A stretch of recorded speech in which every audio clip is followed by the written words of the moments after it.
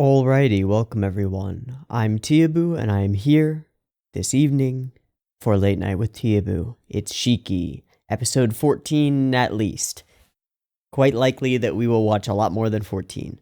The last two have been 8 episodes, or total 8 episodes. They've been 4 episodes apiece, which makes for a huge recording. It's like a 2-hour recording, so like 2-hour videos. But we'll see how it goes. I'll just watch until I don't want to watch anymore, or I have to go to sleep. One or the other. We'll see. In any case, Shiki, things are getting kind of crazy. A lot of people are starting to realize that the Shiki are a thing and a problem, and bad stuff is going on in the village. A lot of people are still somewhat willfully ignorant of that. But there's the crazy lady at the shrine. Whatever shrine she has, I don't really get it. I'm not really sure, but she's going and crying wolf. Or vampire, as the case may be. Nobody believes her, nobody buys it, everybody's laughing at her behind her back. But she's right, of course. The doctor goes along with everyone else so that he doesn't get labeled a quack. And he tries to feel for a pulse from Mr. Kuroshiki? Whatever. The dude in the house. Feels for a pulse. The guy feels warm, feels human, feels he's breathing, he's got a pulse. Okay, so he's different. Or he's not a vampire.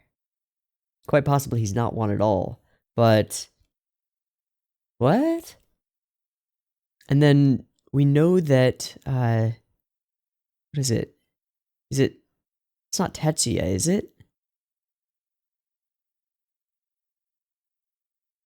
The blue-haired dude.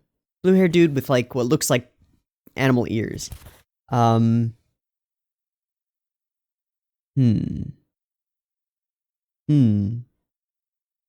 know that he's different. That he can go outside. That he's a daywalker, right? That's a thing, isn't it? Vampire legend-wise, daywalker vampire. It's a designation for vampires or half-vampires who are not vulnerable to sunlight. So blade. Okay.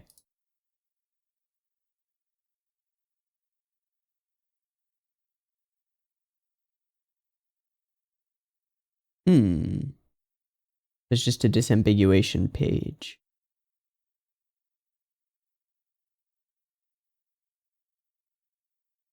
Oh, so Blade's reason for being one is because his mother was bitten while she was pregnant with him. Maybe it's a similar thing here for the creation of Tetsu, whatever.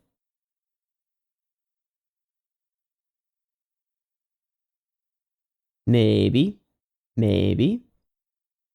But I don't know. It's all a mystery now. The bigger things that have happened. Toshio's wife, the doctor's wife, was getting drained of blood. I assume by blue-haired dude, because he's the one that she let in. And he just sort of kept her hidden from everybody else, and as far as I can tell, let it happen. Let her die. And I think what he's doing is his need for answers has overridden any care that he has for this woman. He just wants to see what happens when one of them rises. And he wants to keep her... He's got her on ice at this point, and he's just waiting. And keeping all the nurses, all the other staff out. So I get the feeling that he's just going to try to experiment on her and see what the deal is. Find out how he can fight them, maybe. Find out if he can kill her. Maybe. We'll see. Definitely opens up some moral quandaries. The other big thing that's happened, the other big change. Our main character, at least I thought he was the main character, maybe I was wrong about that. Maybe there is no main character and we're just observing this whole situation as it unfolds. And that I thought he was a main character is just because you know, that's the expected thing.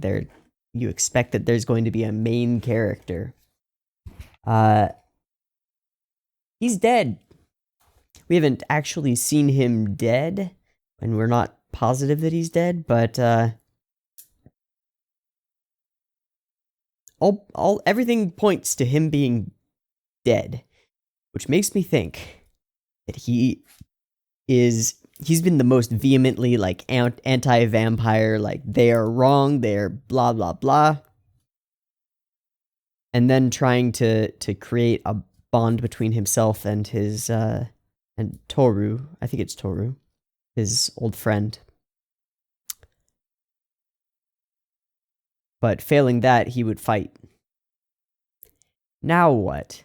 Now does he rise? Does he become what he hates?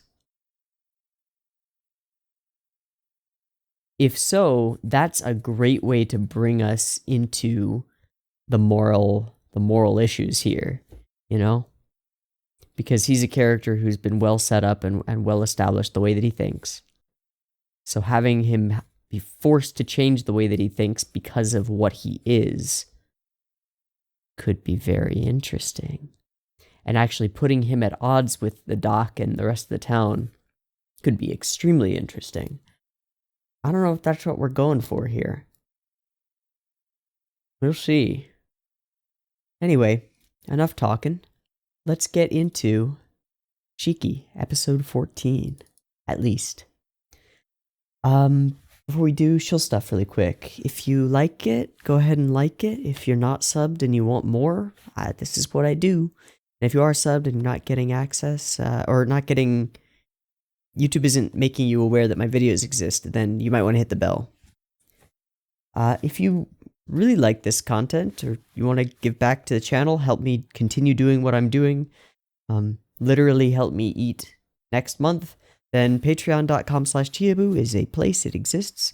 You can give me money and receive early access to my videos, Discord access, voting in polls, and all kinds of other little goodies. So yeah, that's really cool.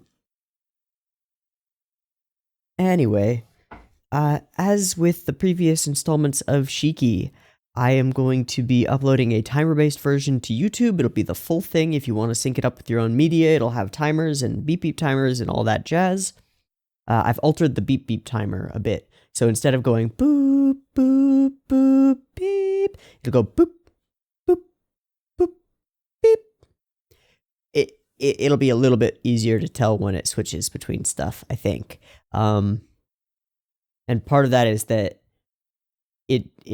doing it the way that I have it now, it's like my whole timer is one track instead of, I used to sync up 2 tracks. So the main timer throughout the course of the video is one file, and then the beep beep timer itself is another file. Now, like, I line them up so that it doesn't look too different, so it looks like it's just one file, one track, but those are 2 separate things, and they have to be arranged on the screen in different ways. It's just a little bit of overhead in every video that I do, that I have to like set it up and put it in the corner and all that stuff. And now it's all in one track, so I just have to line it up once, and that's like saves like a minute and a half on every video, which isn't much, but it's still pretty nice. I know it's kind of stupid, but it's pretty nice. Anyway, yeah, let's get into Shiki. So there will be a timer-based version on YouTube with the beep beep timers, and then there will be a full version with the video in the video, and that will be available on both BitChute and Mega. I saw that a lot of people went and saw the one on BitChute, which is great because the more people see it, the faster everybody else can get it, because it's a peer-to-peer network. And so you get network effects from it, and the more people watch a video that I put up on BitChute, the more people, or the more accessible that video becomes to everyone else who wants to watch it, which is really cool. So if you're one of those first few people who had to wait a while for it to buffer from BitChute, thank you. Thank you for doing that. That's really cool. And if you're one of the later people who had it buffer fairly quickly, thank you too, because you're still helping it spread, and that's really cool. I'll consider in this next coming season doing more of my videos this way. It does take a little bit more time to render them all out this way, or BitChute, but because it has to be, you know, it's a separate render with the video in it, so it's like double the render time. But it might be worth it to do this for more of my videos. I'm not sure. We'll see. We'll see. As it is, like, the picture-in-picture versions are something that I give out to my Patreon supporters as just like a perk for all of the shows that I can't just put the video in the video on YouTube. Yeah, I put it out for patrons, but I'm pretty sure that none of my patrons have supported me so that they could get the picture-in-picture versions. They're just kind of a nice little thing for them. So I might run a poll and ask them if they care if I give out the picture-in-picture versions on BitChute to everybody. Because, I don't know, if it brings more people in and more people appreciate watching it, then that would be good. And I want to make the best content that I can. And if I can make the best content that I can and have it like hybridized between BitChute and YouTube, then that's great. Then that would be a good thing. Anyway, I'm still talking. The beep beep timer will go boop, boop, boop, beep. And on the beep and the green light, that is the same frame that Shiki starts playing on my screen. So if you want to play along with your own media, that's when you want to hit the button. Let's get into it. Beep beep timer goes here.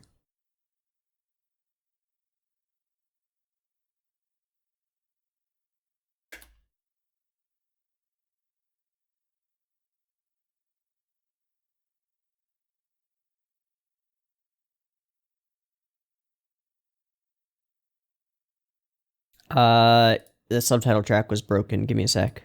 Okay, great. Beep beep timer goes here.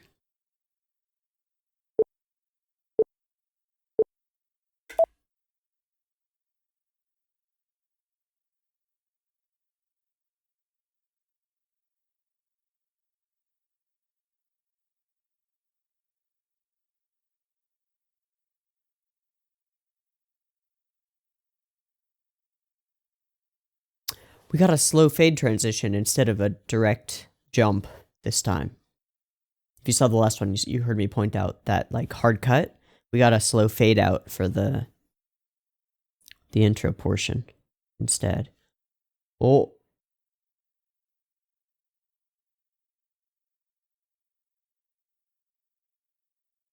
Keeping mental tabs on where everybody is. It's like, I gotta get the fuck out of here so that I can...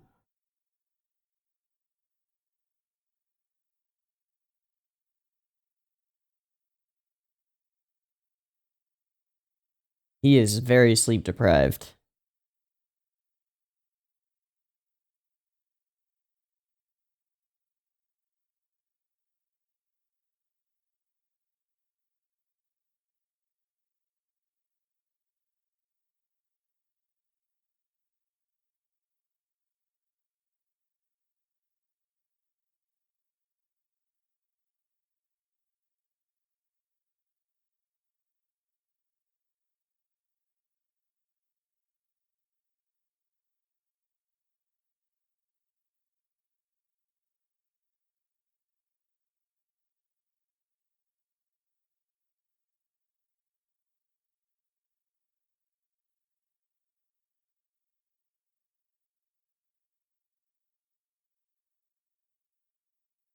This is a cool OP, but I definitely like the first OP better.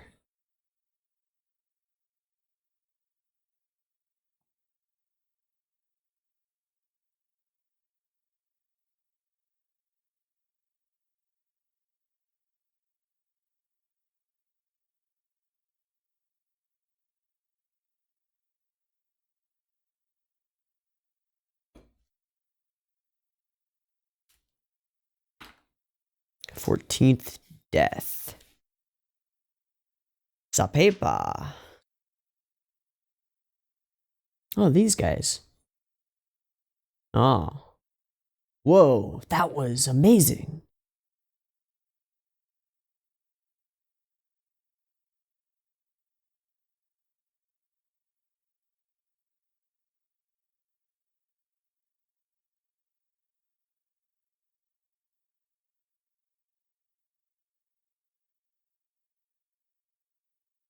Oh.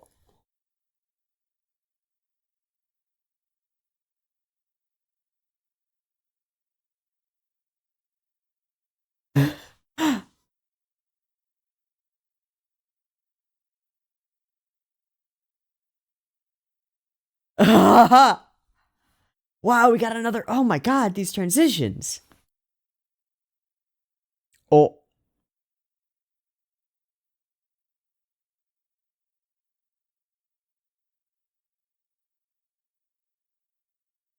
I mean, I feel you, bro, but there's a problem there. Like, ah.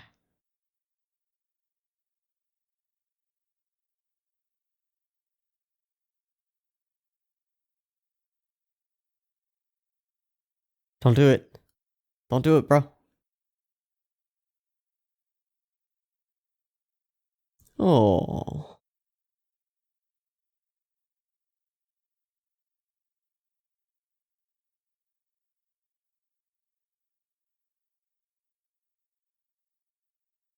Oh, I'd love to.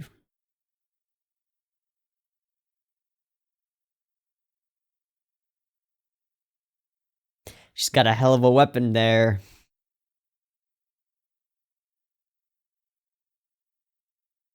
Weaponized sexuality. Have we seen this nurse before?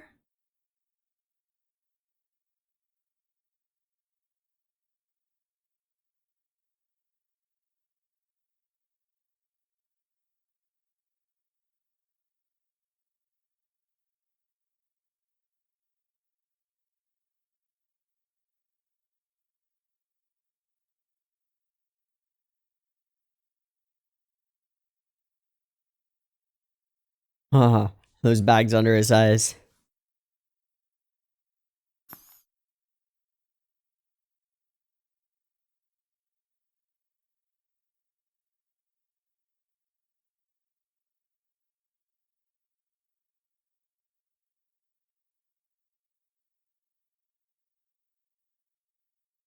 Uh-huh. Critical.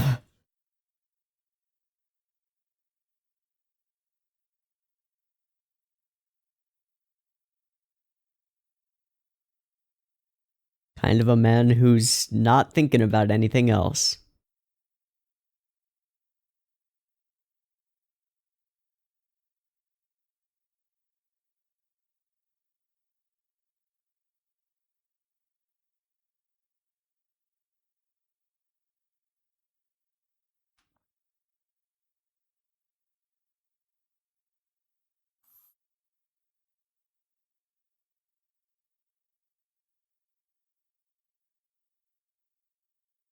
Yeah.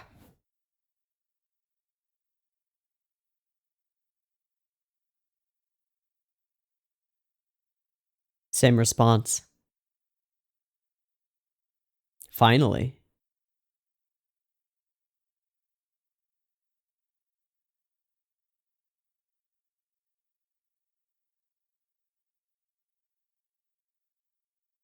Who's that?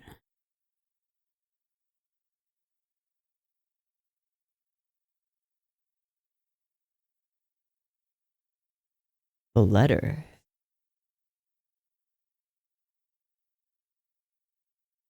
Is it giving them permission?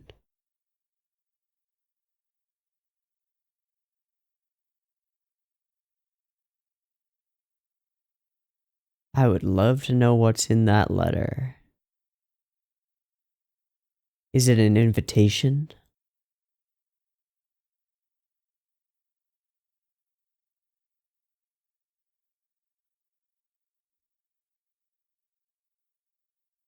Who's this? Oh, okay. It's her.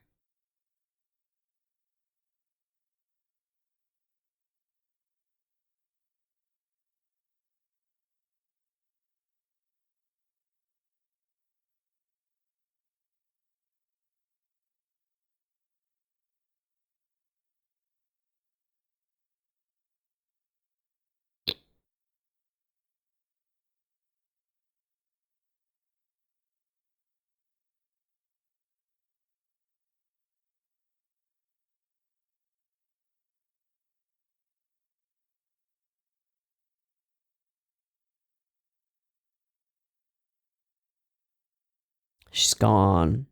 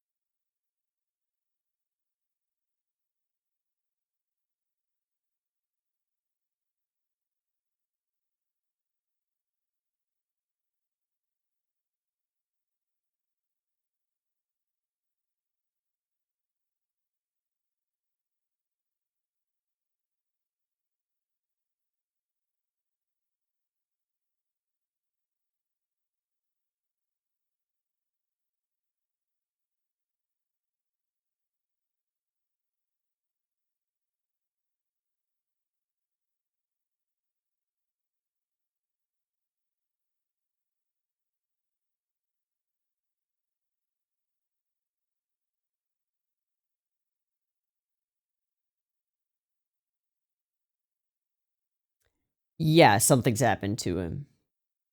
Ah, will you? Oh, you're gonna whoa. Instantly? Instantly. Yes. That was quite quick. Oh, he's the doctor from the mansion. May I come in? Ha ha ha ha. You always let the doctor in. Ha ha. Fuck.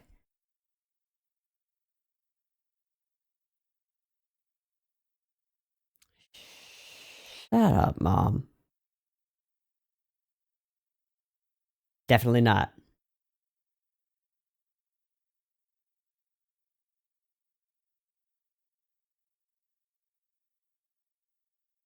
Ah, she'll either rise or begin decomposing.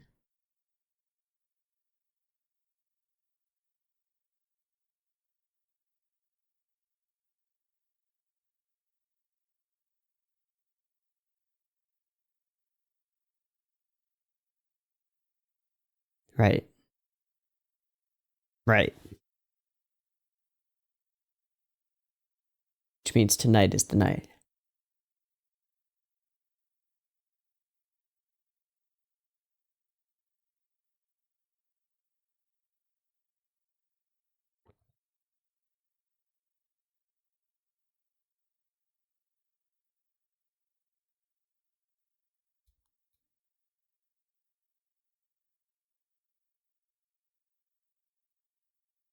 Hey, honey. You alive? Oh. You're seeing shit, bro. What's he got attached to her head? Oh, he's reading her brain pattern. Okay. That's smart. We got a signal.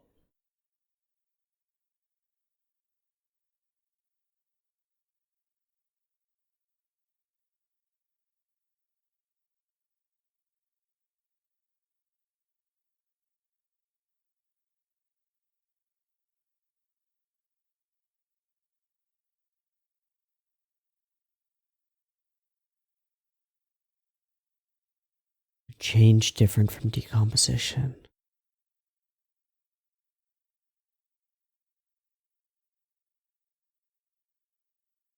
Aww.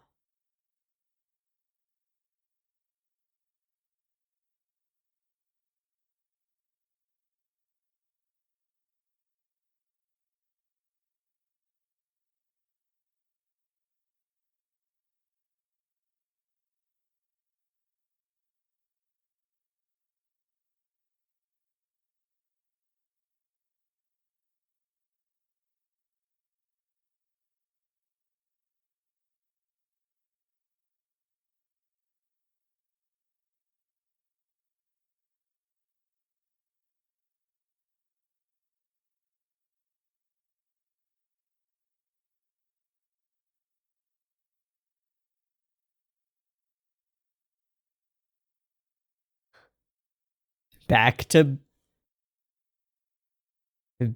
old Maso.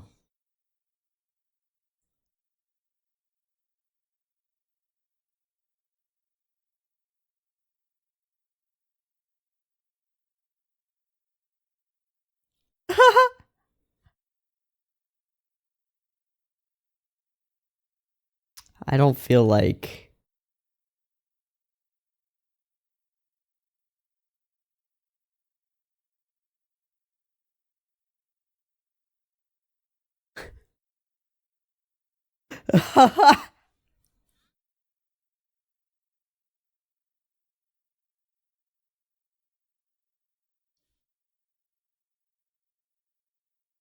The big city unit?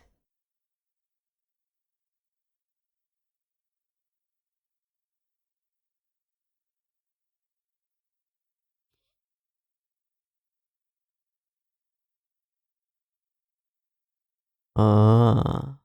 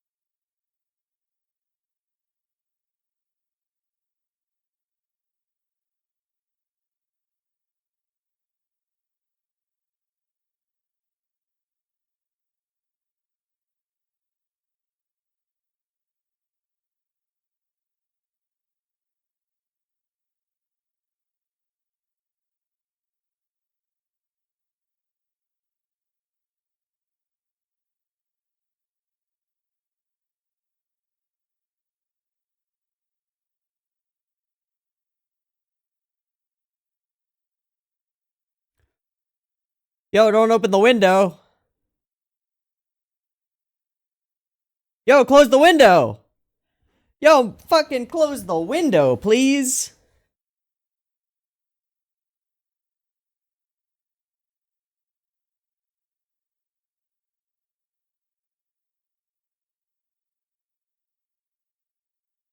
Oh. He's got all of that on camera. So it's not instant death.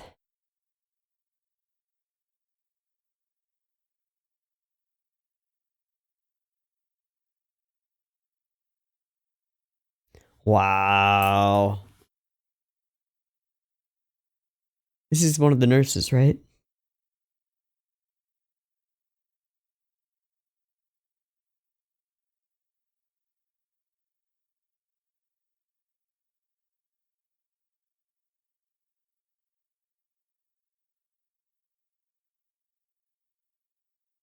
You could say.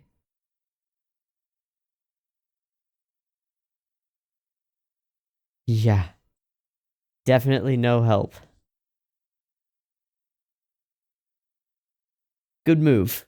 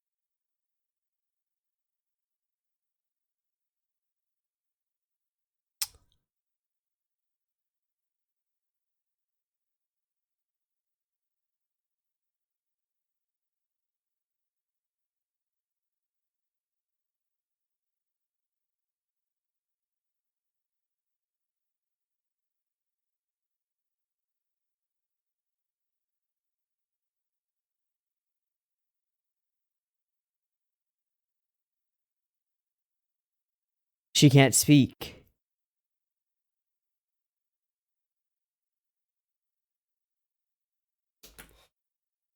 She can't speak. Will he realize that she's not breathing?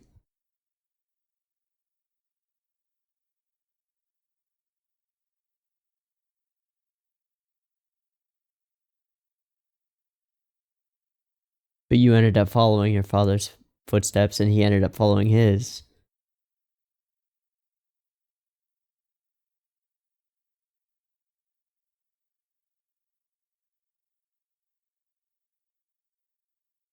He doesn't need it.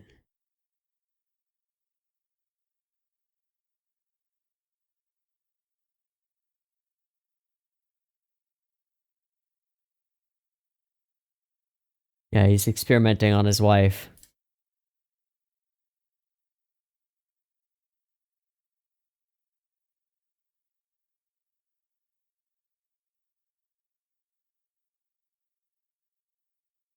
You what?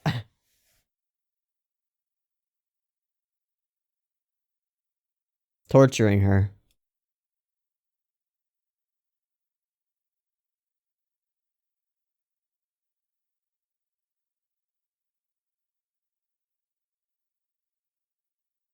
Hmm.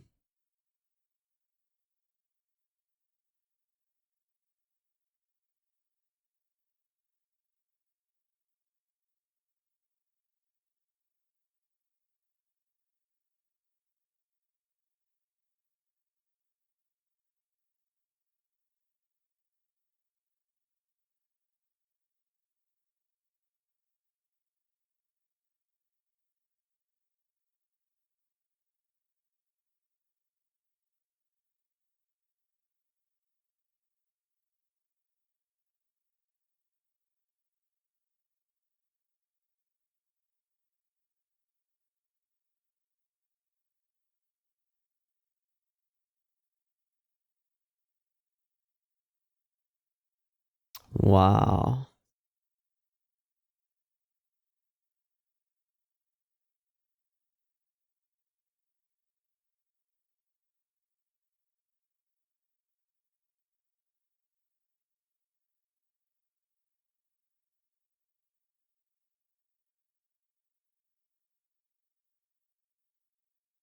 Stabbed through the heart with a stake. And there's no hope.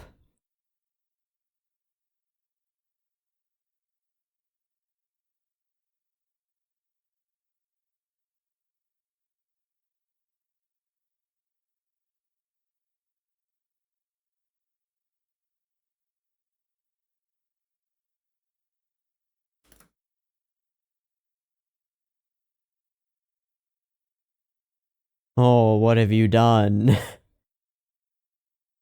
But him, he's one track, completely blinders on for science. We can kill him.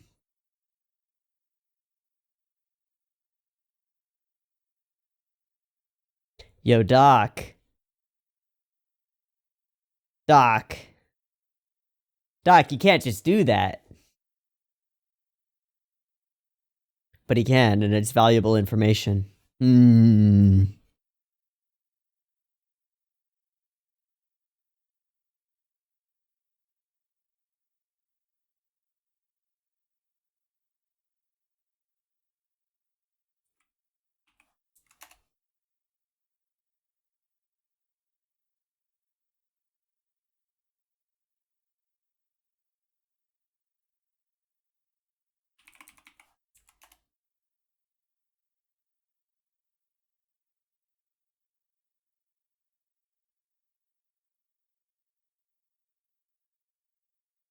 Okay. So this ending theme is done by Bucktick, the people who did the first OP. Gotcha.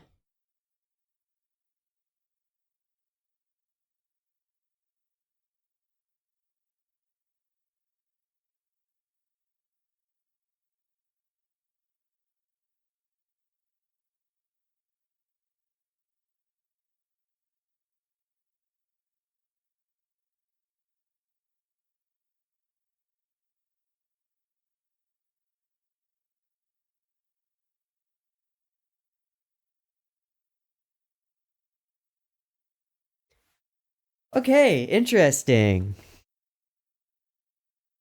So we aren't given his explicit motivations. Like we're sort of left to see his actions and see him killing his wife, torturing her without end, and recording it all for science. And we don't get him saying, "I'm doing this because blank," right? Or this is acceptable to me because blank. We don't get to see him struggle with this. We just see him jump right into it, right? Like from the start, he starts doing things that we might disagree with on a moral level. And we don't get to hear his justifications for them. We just see his actions. And I think this is really strong. What we do see is his guilt and fear. Specifically in the scene where he's bandaging up the kid's knee.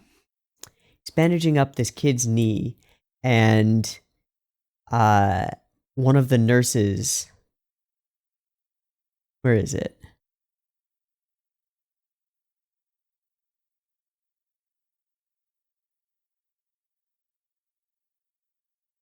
Is it at the very beginning? Yeah.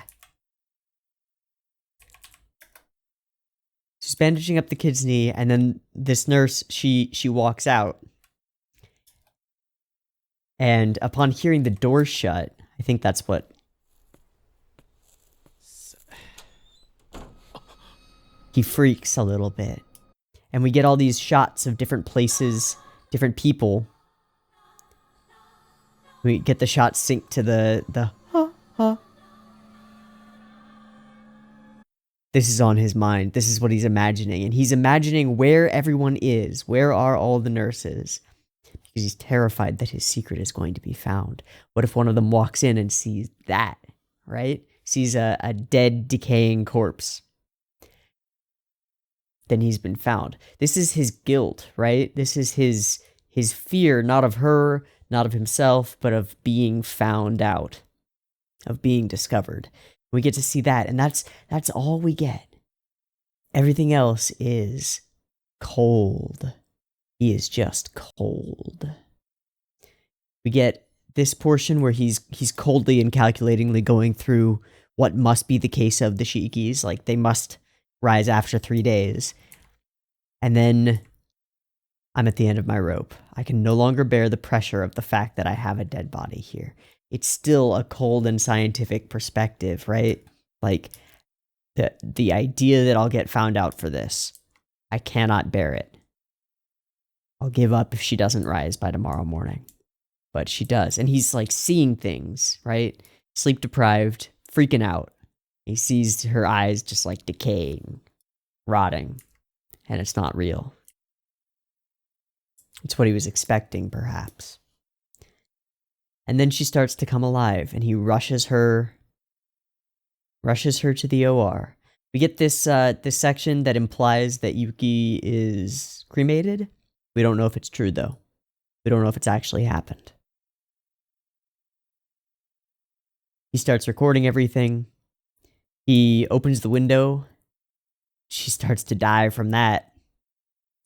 So he brings her, rushes her to the OR, and she begins to heal. I don't understand why we get this bit of characterization for this woman.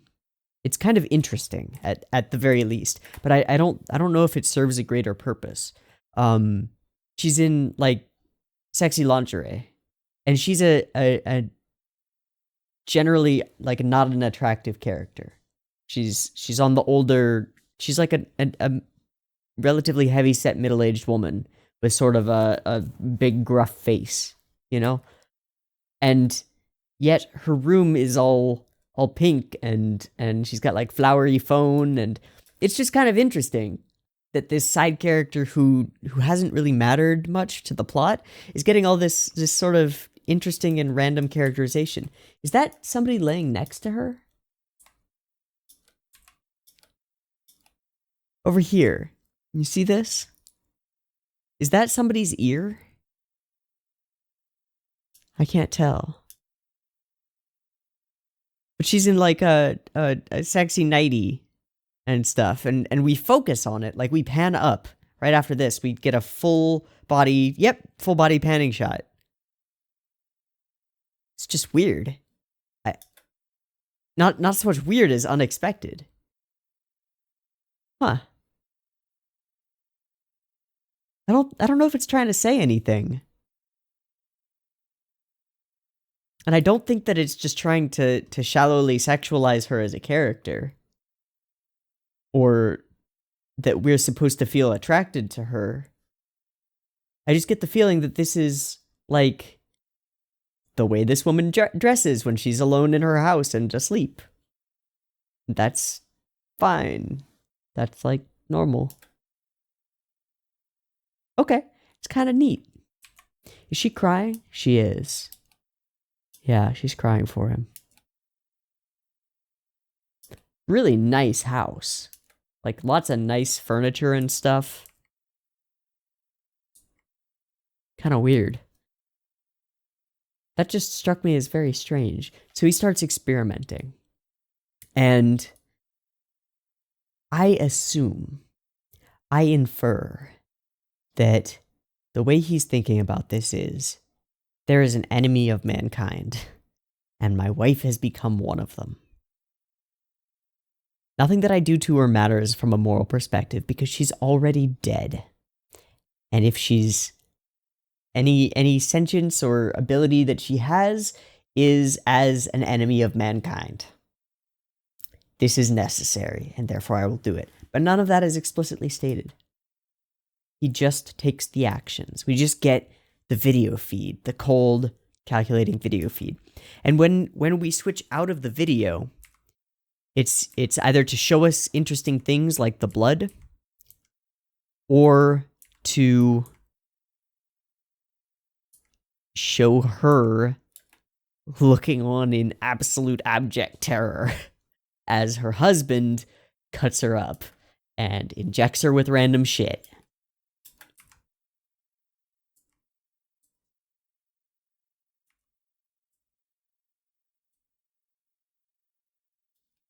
Tries random things. She speaks his name and he cannot deal with that. He muzzles her. Injecting pesticide, right? And we switch to color, full color, to see the brutality and the uncaringness, right? To make it really land. See her face. To hear her muffled scream. Try the bells. The Buddha statue. It all works. This is an interesting scene because from the way the shots are composed, it implies that he's going to stick a scalpel up her vagina. That's what this is showing, right? Look at it. Clear shot, dead on. Switch perspective, dead on. We assume that the camera is where the camera just was pointing, right? Because that's how things are composed. But in reality, the camera is to the side.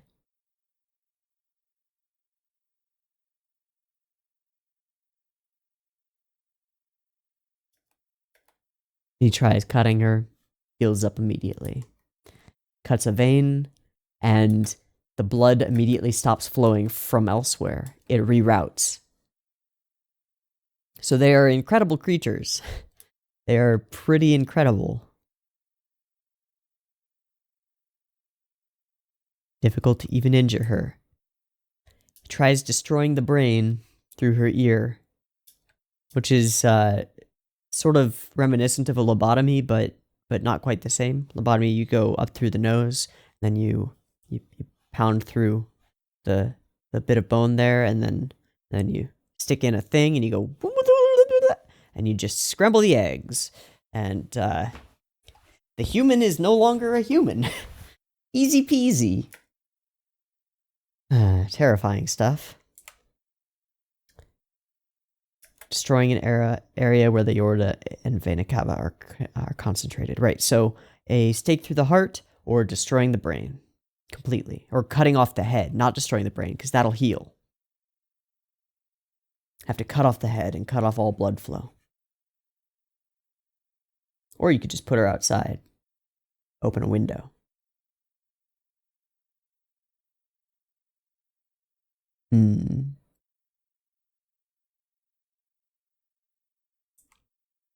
He's got a stake. And, of course, the question we're meant to think for this scene is, who's the real monster here? The answer is obvious in the text. He is. Look at his eyes. His eyes are red. They're Shiki eyes. Red rings. He's the monster. And this is calling on lots of, creepy doctors in previous media.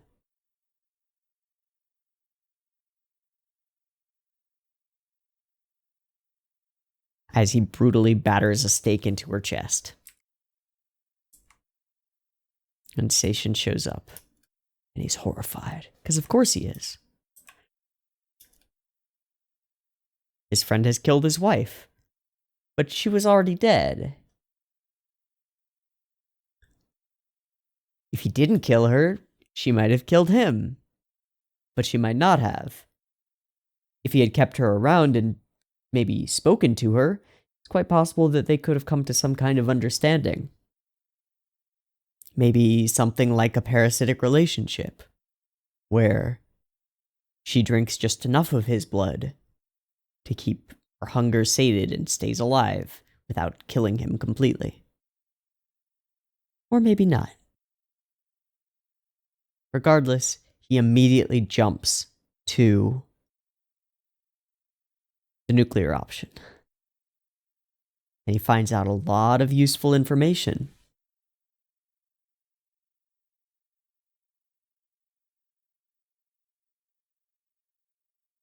Is he right? Maybe. Is he justified? Maybe. The show is being very careful to avoid presenting us with a clear, concise answer.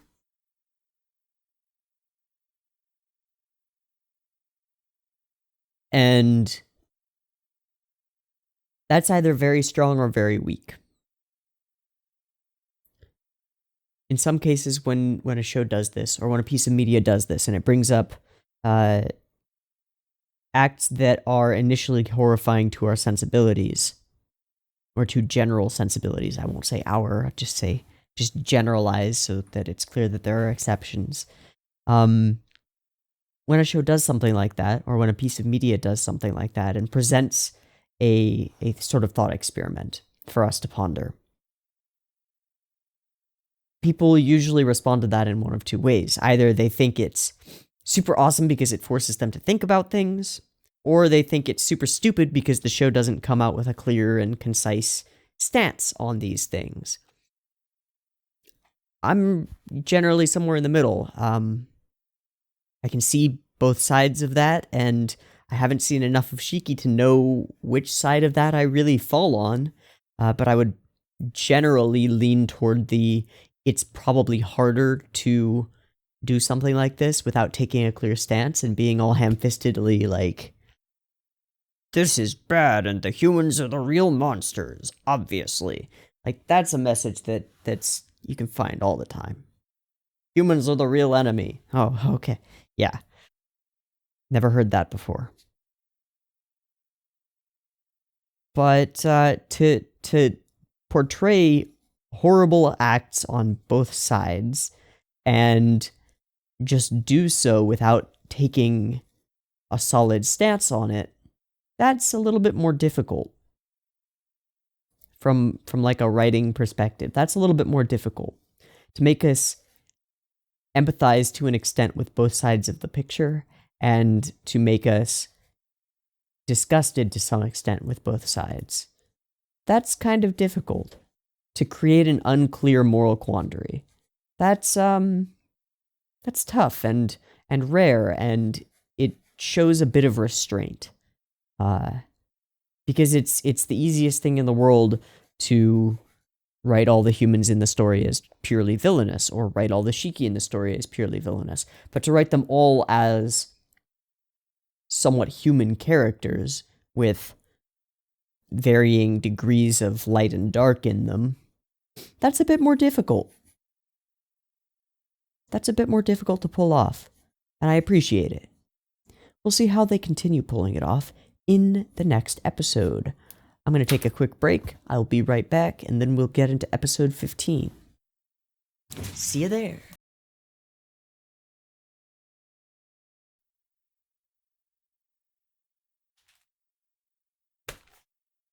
Alright. So, let's get into Shiki episode 15, shall we?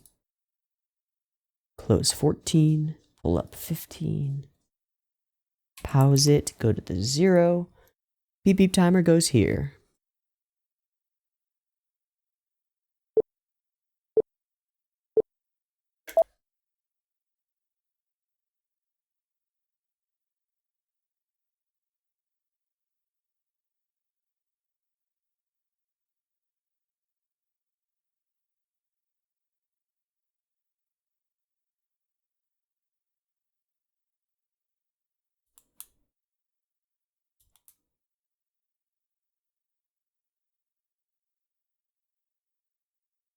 Is this Yuki's window?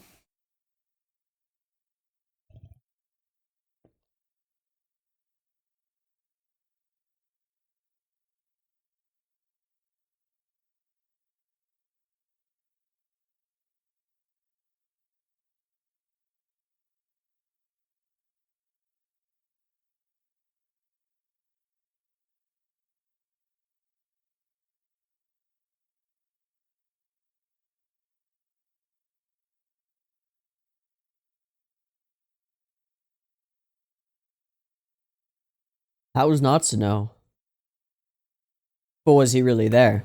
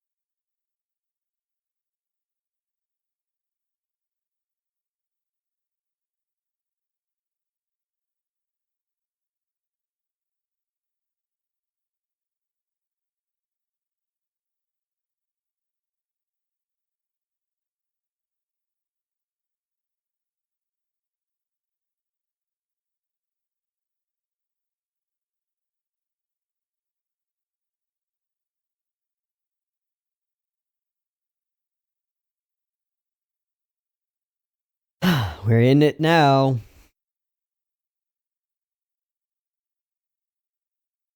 So now do we get the argument? Yeah.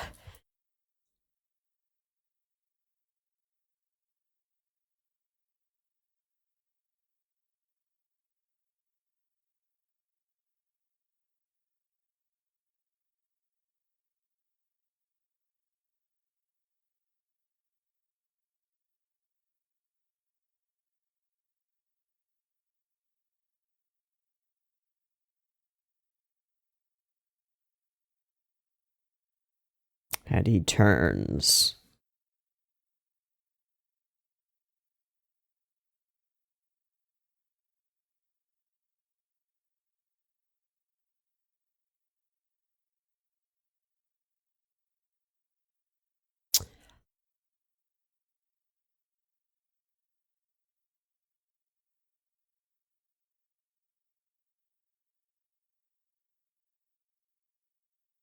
Oh, baby, we got our good old utilitarianism versus deontology. Yay! Ha ha!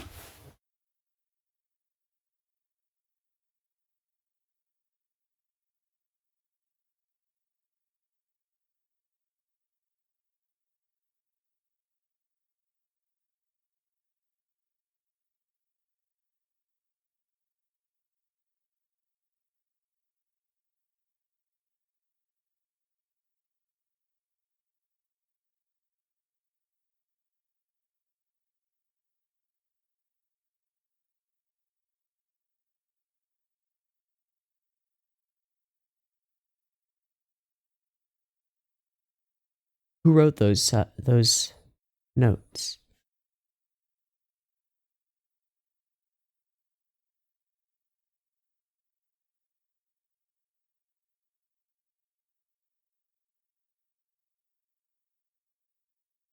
Including yourself?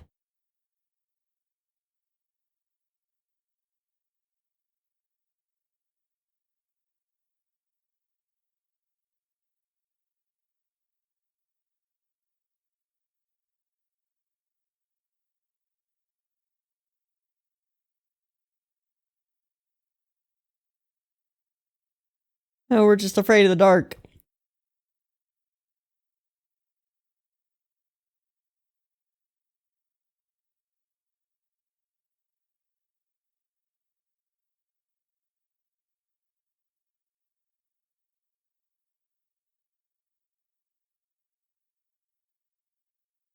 Y'all know it's vampires, right? It's accelerating.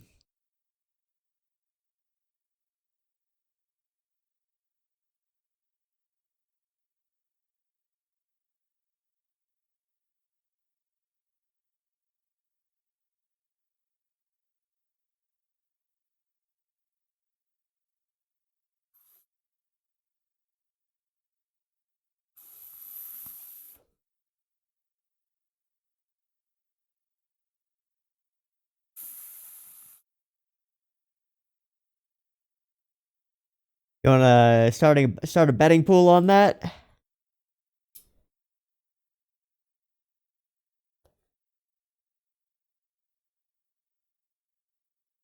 Everyone except Natsuno's father. Right. You're just seeing things.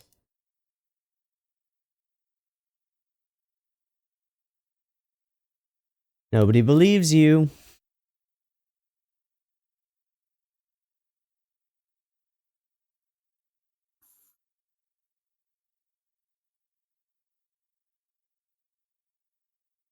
This is not a joking matter, fam.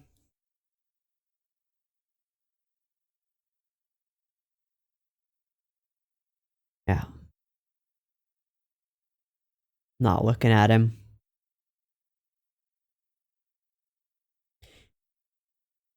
Bitch, my wife. I just watched my wife become one of them, and then I killed her. Yeah, you wanna bet? That's just my opinion, right? Can't argue about opinions, right? What about when your opinion, like, fucks with objective fact?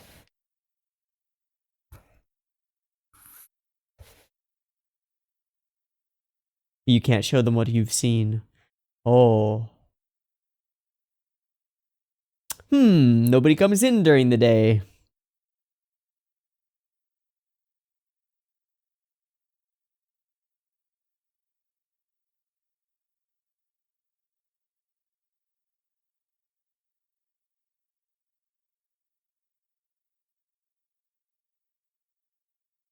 Oh, I see.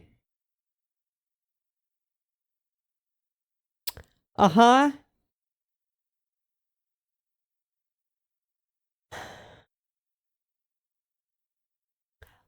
I'll do that.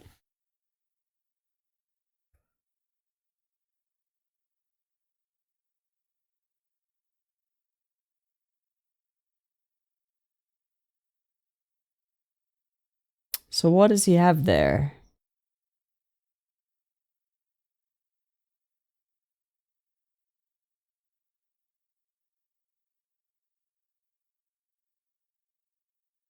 Just waiting for his prey. And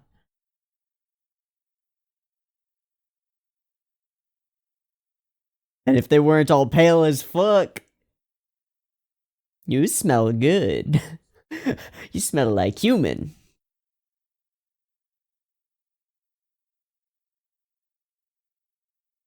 Huh? None.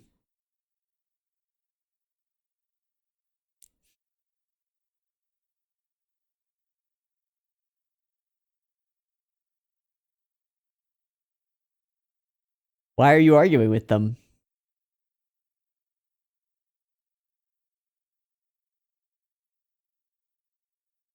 What are you talking about?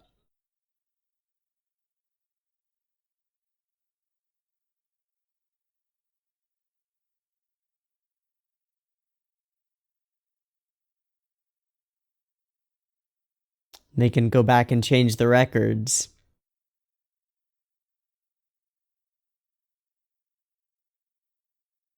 You best get out of there.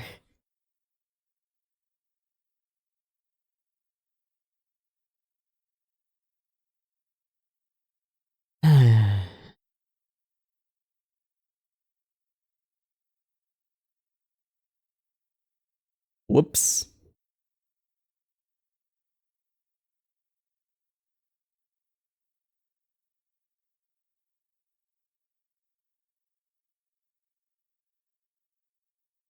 Uh.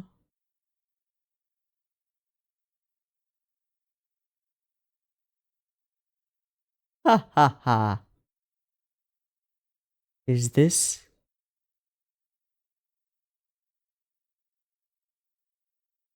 It's her.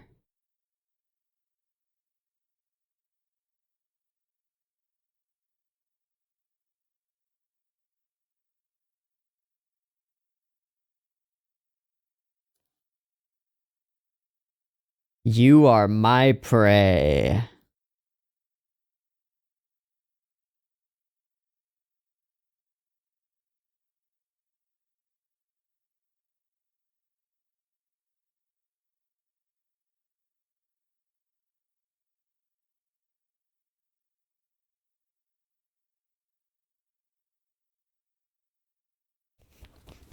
No thanks. No blowing hearts at me. Right, so you best use it to become a badass Shiki killer. Oh, buddy.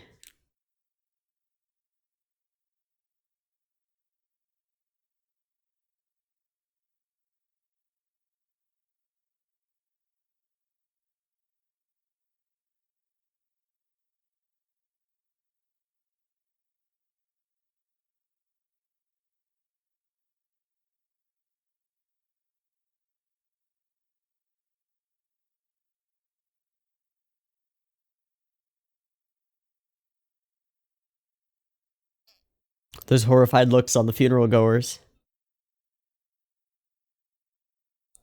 Yeah, I don't want your fucking. Oh my god, this is how you're doing a funeral?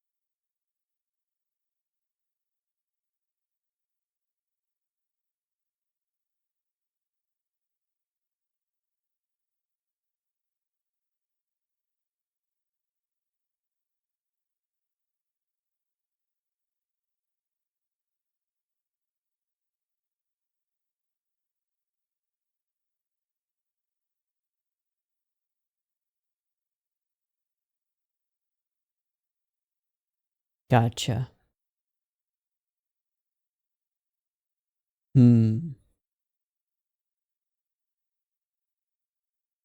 Werewolf.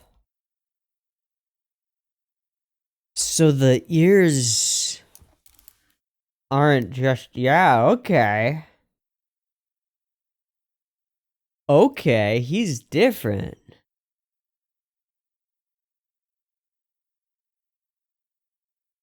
Is Papa Kurishiki also a werewolf?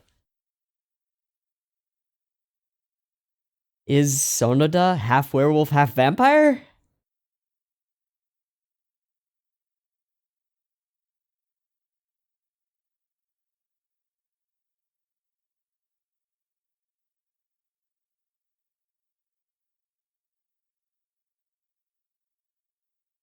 He did have those dogs.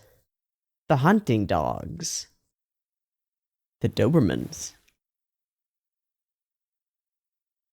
Ooh.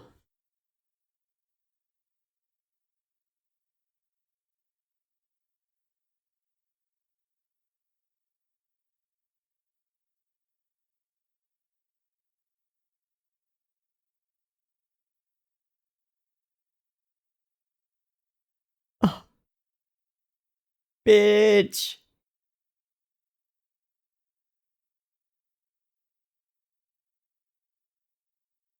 Ah, this girl. I kind of like her.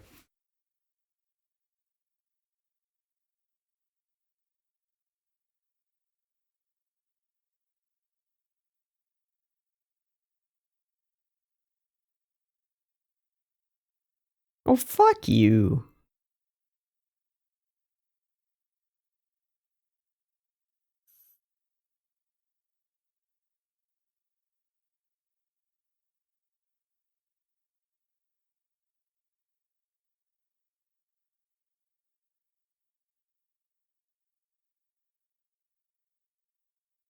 I changed my mind. I don't think I like her. I think her character design's really cute, though. I don't know why.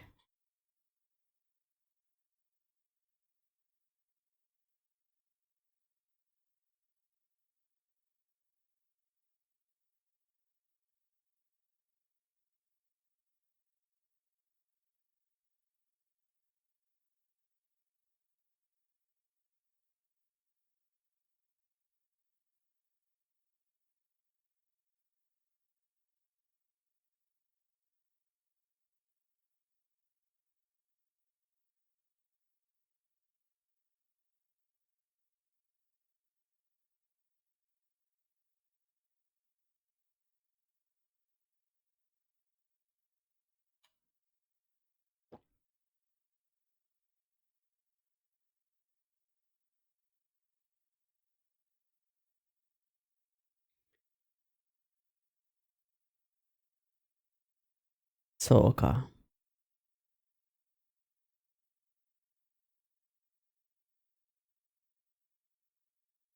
I had a lot on my mind.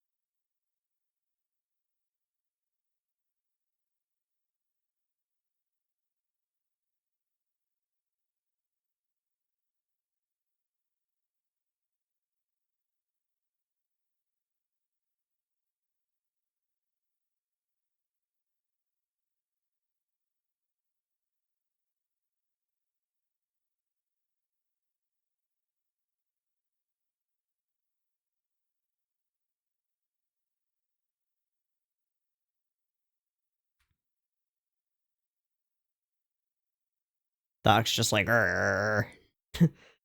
yeah. Right.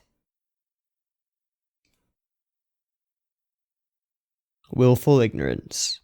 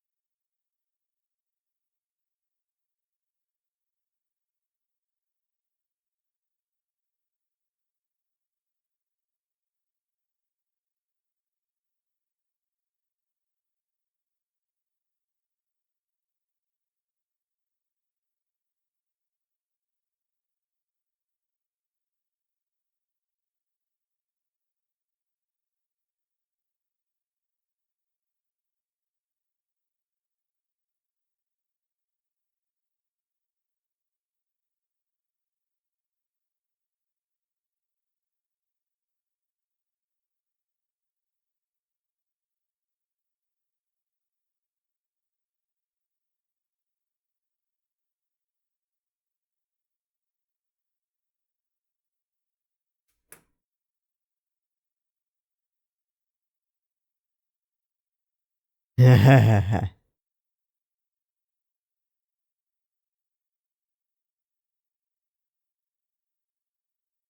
not alone. Okay, so what are you, bro? What are ya? What are ya? That's the question. 15th Deceit. Didn't we get an episode called Deceit again? Deceit already? Skipoo. I'm gonna skip this the CD.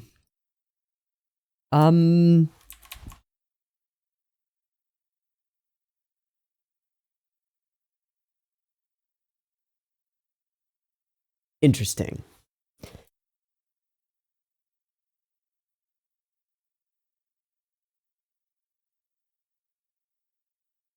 So Yuki has been dead for 7 days. We don't know if he's still human, or if he has risen, or if he has become a werewolf, because that is a new element that's been introduced into the series.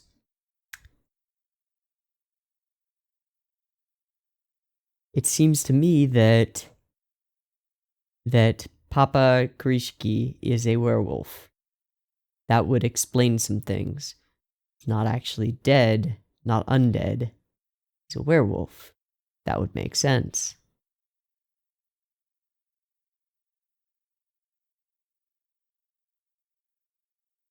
We got an interesting conversation between the young monk and the doctor, where he tries to justify himself. And he says, "What would you have done instead? I will hunt the Shiki. This is justice to me." The monk turns away and says, "Killing others is never justice." And you might remember that as soon as we heard that, specifically the phrasing, "is never justice," I said, "Yay! We've got our classic utilitarianism versus deontology argument." And that's exactly what this is, to an extent. So let me frame it for you.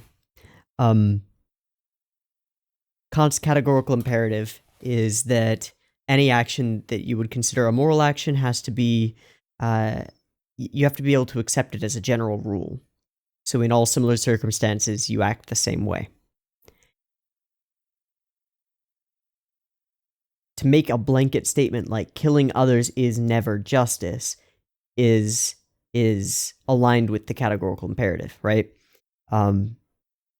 Because the categorical imperative tries to draw hard and fast, like, laws, right? For example, the biggest one is lying. Lying is never justified under Kant's categorical imperative for various reasons, but like, no matter what the situation is, it's never justified to lie.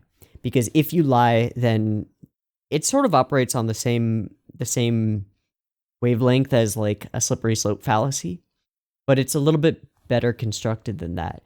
It's like opening the door to lying in any circumstance is bad, because lying in and of itself is something that degrades the value of the truth, and like, that's just unacceptable.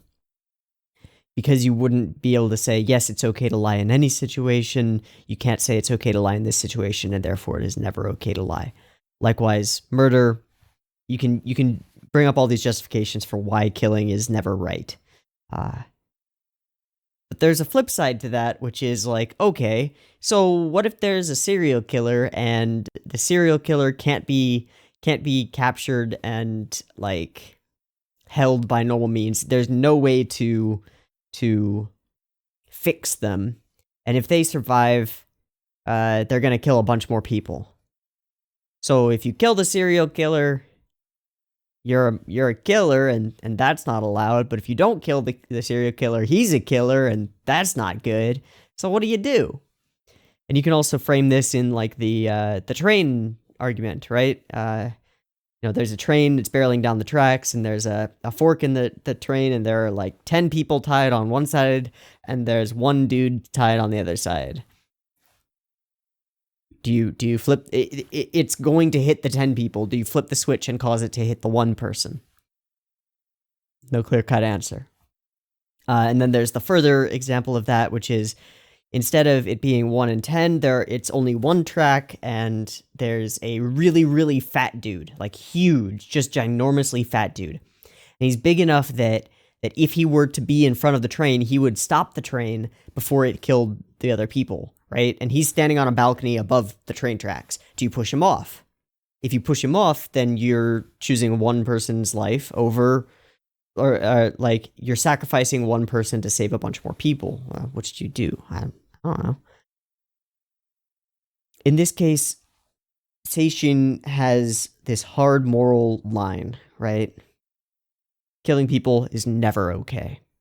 It's never acceptable. Okay, but what about when it's necessary? The doctor is a utilitarian pragmatist, right? I will kill the Shiki because if I don't, the Shiki will bring death and destruction to everyone. So I will hunt them and I will kill them.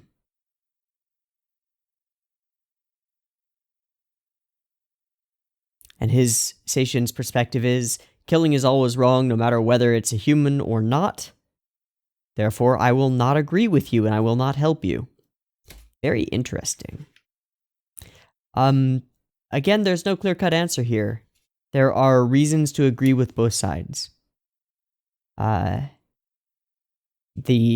actions that the doctor has taken so far in causing pain and suffering to his wife are deplorable. He's causing suffering to a sentient being. Not taking those actions is also somewhat deplorable, because he wouldn't have the information he needed to fight the Shiki. To hunt and kill Shiki, it's murder, it's killing sentient beings, it's removing their ability to feel pleasure, but their ability to feel pleasure is predicated on killing humans. So, what's right? What's wrong? What's down? What's up? I don't know. Interesting stuff. Interesting stuff to ponder. I haven't done a terribly good job of explaining the grand debate between the categorical imperative and more utilitarian or pragmatic mindsets. I've done a lot better at that in some of my Legend of the Galactic Heroes reactions, if you are of a mind to watch those. They exist and you can find them. But interesting. And then we've got werewolves, which is very interesting. I have to wonder, Yuki didn't have Shiki eyes. So I'm thinking either he didn't die or he became a werewolf through unknown mechanisms. But he didn't have Shiki eyes. Interesting. We've also only seen him in his new state, alive, at night. So it's quite possible that he's either. I don't know. Why are the werewolves and vampires aligned? Maybe it's not as a matter of course. Maybe that's just the particular werewolf that we've met.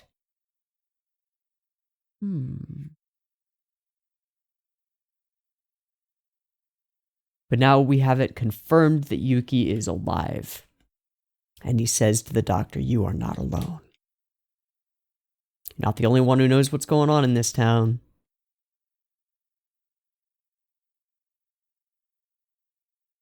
Interesting. We also got Mama Kurishiki making a statement to Mr. Doctor, to Toshio.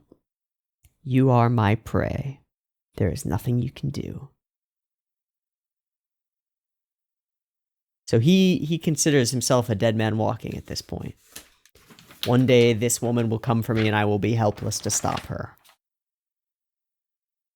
She creepy. The whole funeral scene in the new funeral home was hilarious. It reminded me of that character in particular reminded me of the amazing character from Saiki. The sort of overly flamboyant magician / entertainer type. That was great. And just the horror The horror of the way the funeral was being done. The hand. Oh, that was great. Good stuff. Good stuff.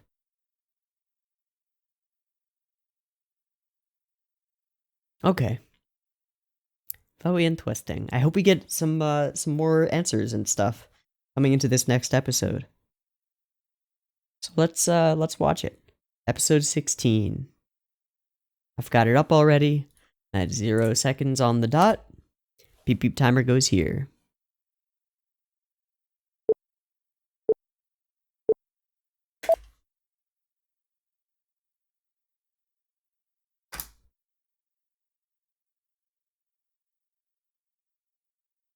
Except when there are.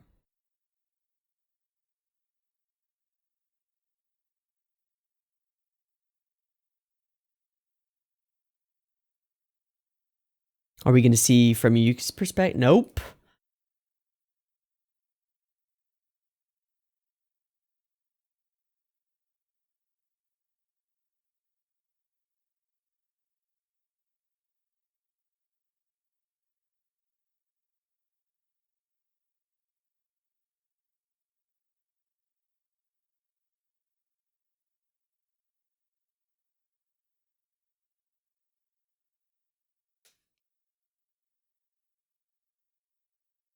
So they're not her parents.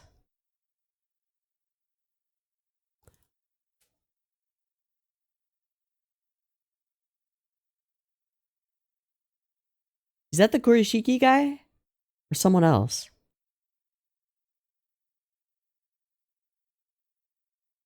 Another vampire? Are we going to verge into themes of pedophilia? That's what it feels like. That's what I would expect from this setup.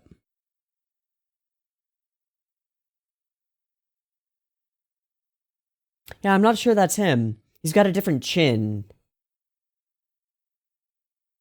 And the hair, of course.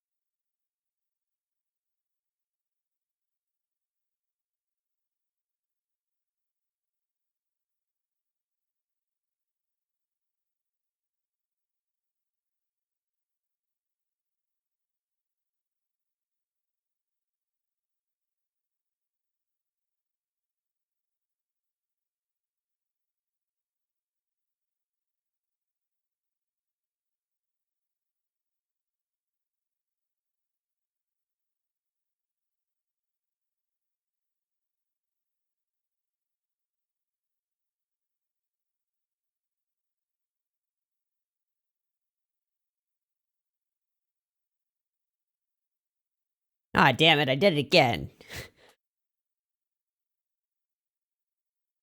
Yep, you got no choice.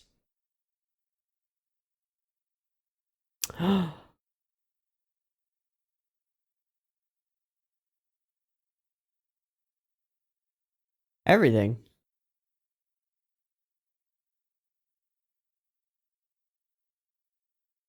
I keep calling her Sonoda. What the fuck?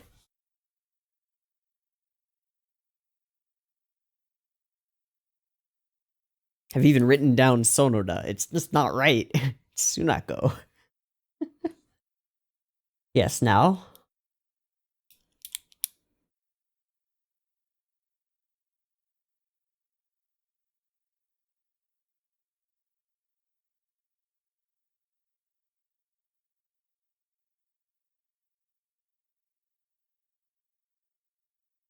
Wow.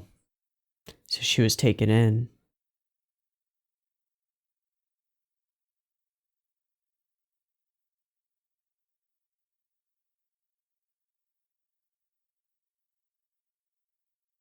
And now you've killed them all.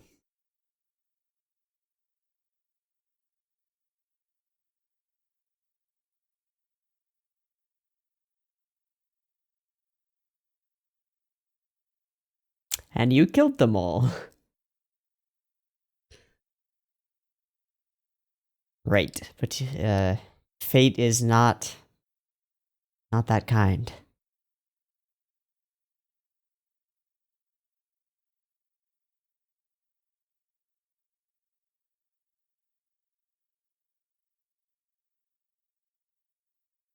So it's a familial thing?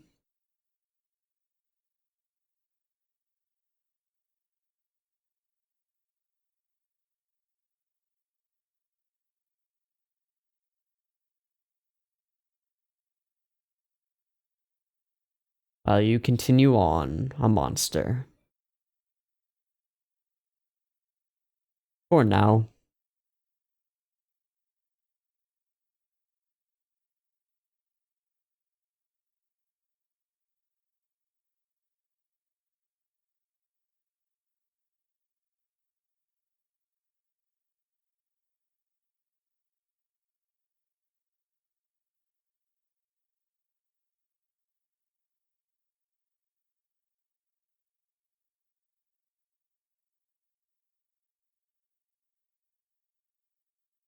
Oh, there goes the sympathy.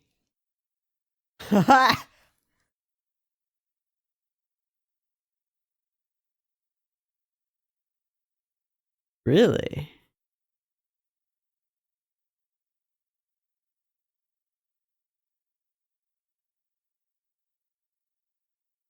So Sunako's the scariest, is she? Sounds about right. So we're finally gonna get to see that side of her, I think.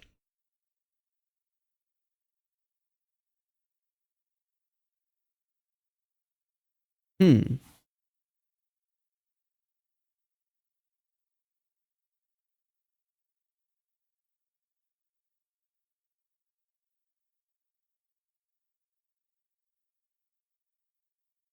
She's just being nice.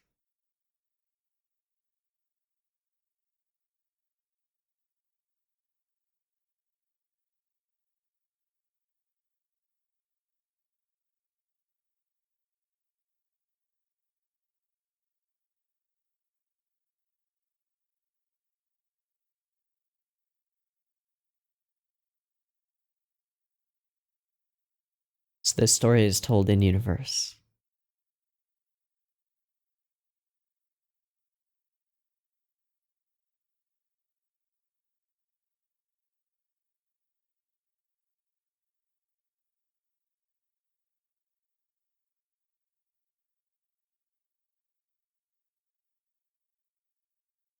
And then she killed him.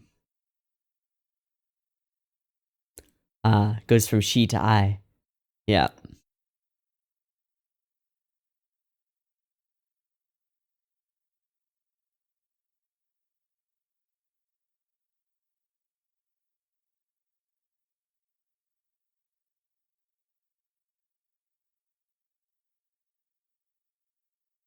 But you couldn't eat it. Yep. Oh. Oh.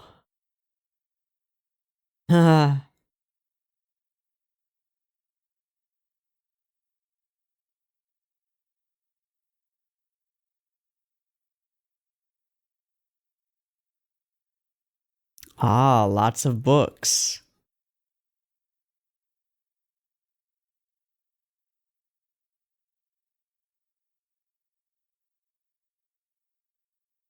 For some reason, she seems to kill instantly.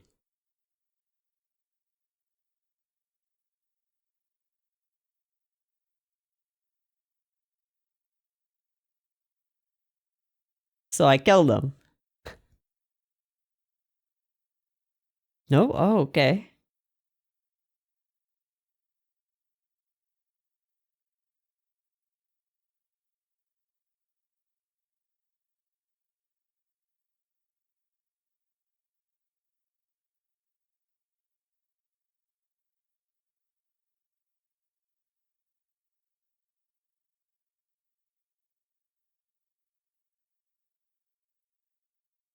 Wow.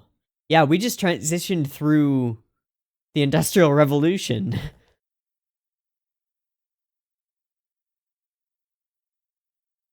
Hundreds of years she's traveled the world.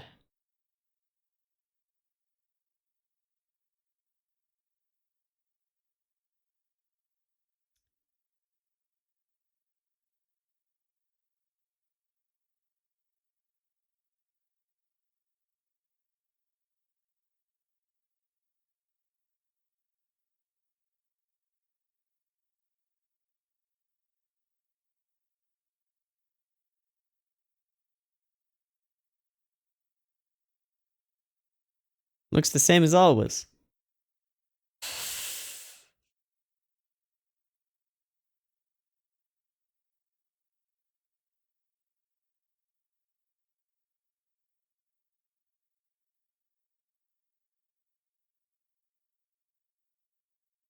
Oh, hey, buddy. What's up? What?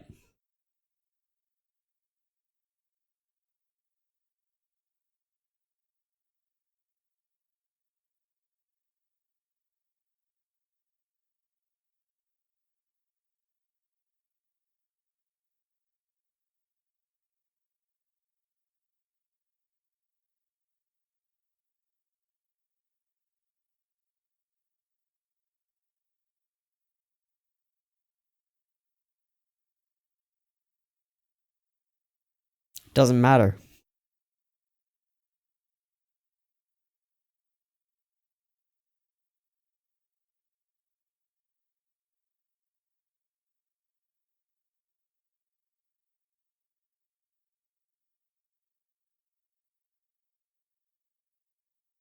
Ha ha!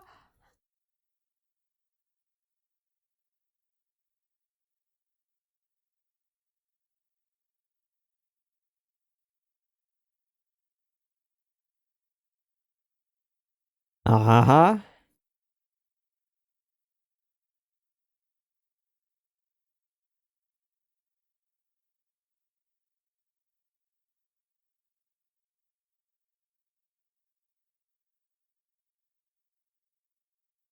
That one is.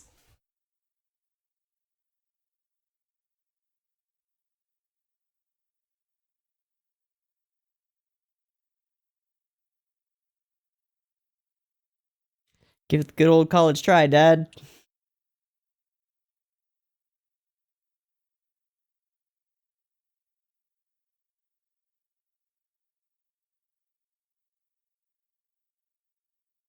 Can he come in?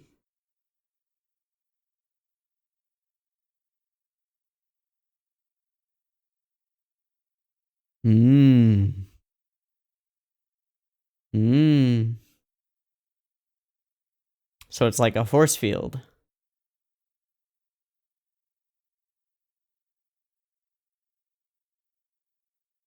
Fuck.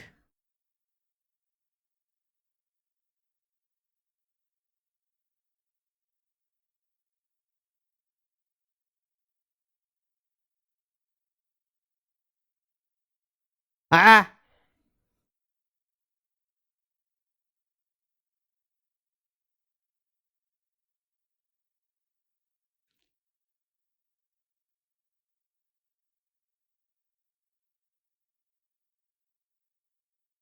I can't, though.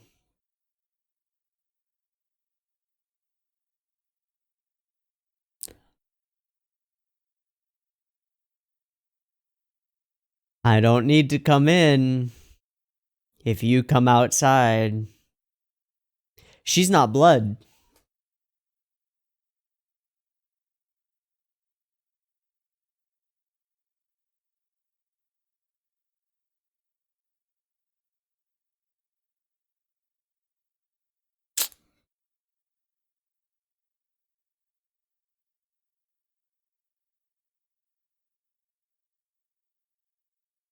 The Pink Grim Reaper. Gassio.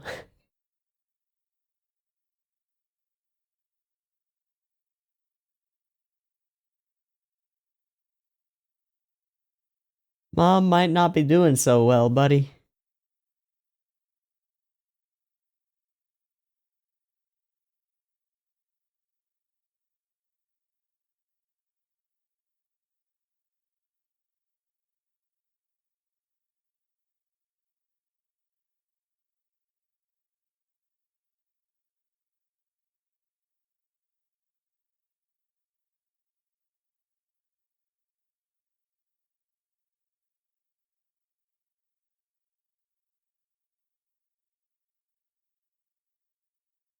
Because she hates you.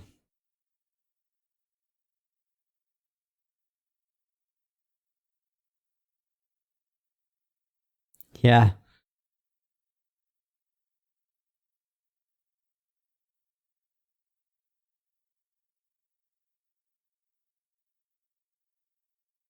Because you're not getting off your ass and doing it yourself.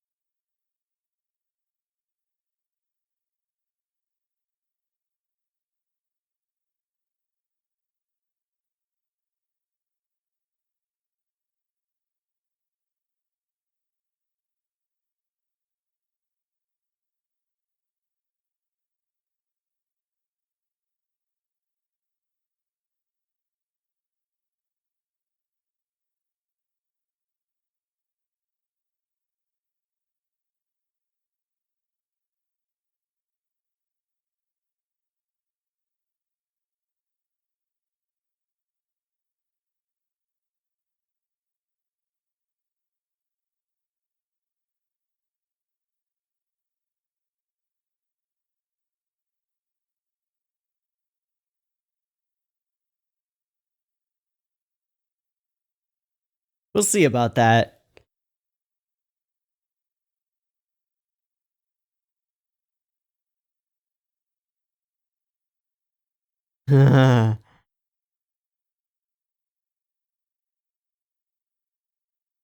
Stupid old geezers.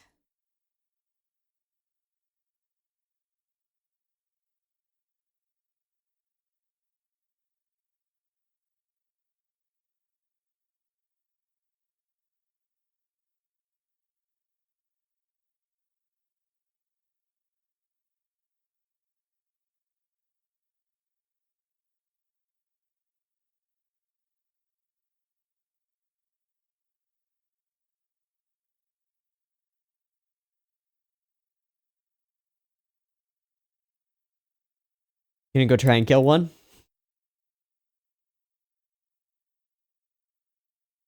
You might get yourself killed there, buddy.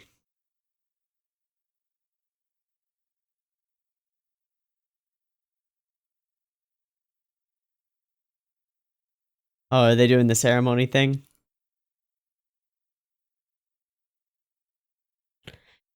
Don't think that'll work. Yeah.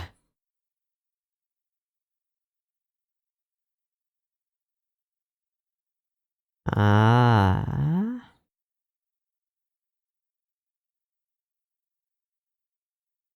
What's that?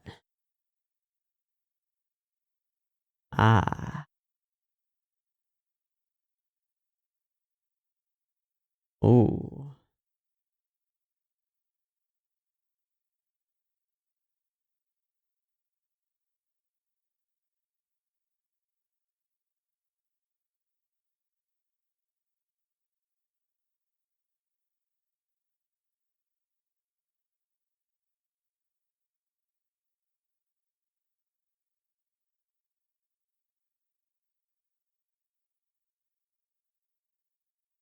Oh, right. He'll be asleep.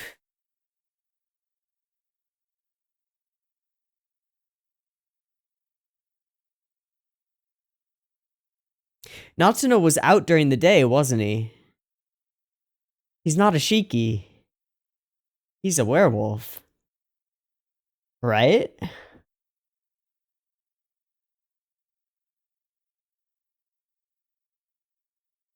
Have you found your prey?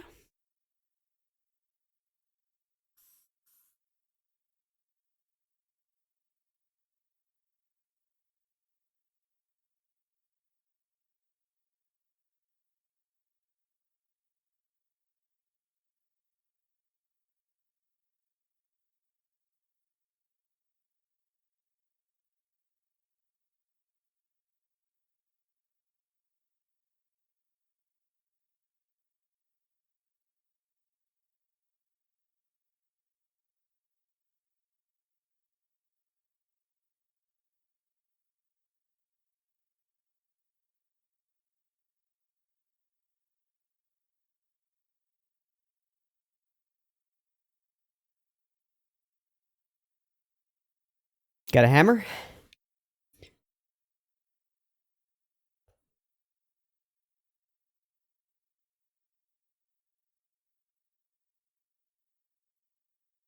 Not quite murder.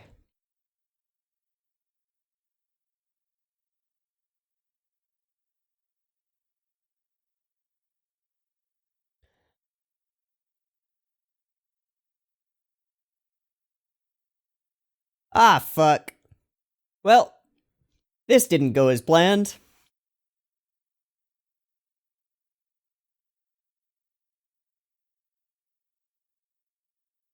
Hiya. It's nighttime now. Oh. Yeah. You're just being left there.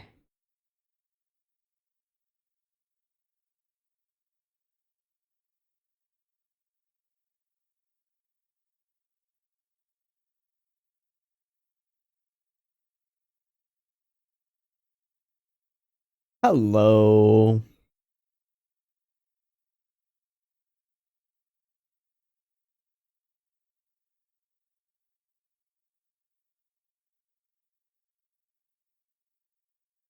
Rip the kid.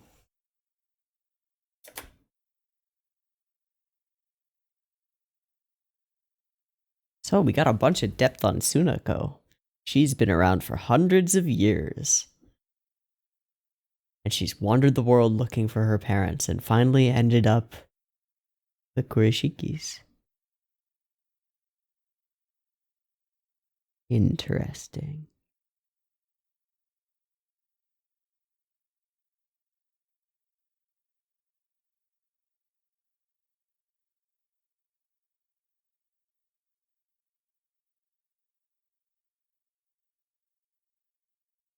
I don't think attacking people is a bad thing, but she doesn't give any justification for that, really. She just tells her story. She seems to be quite a bit more powerful than the others.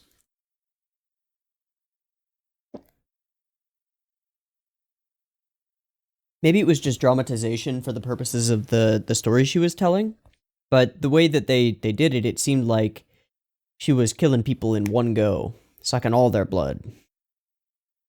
All at once. Interesting.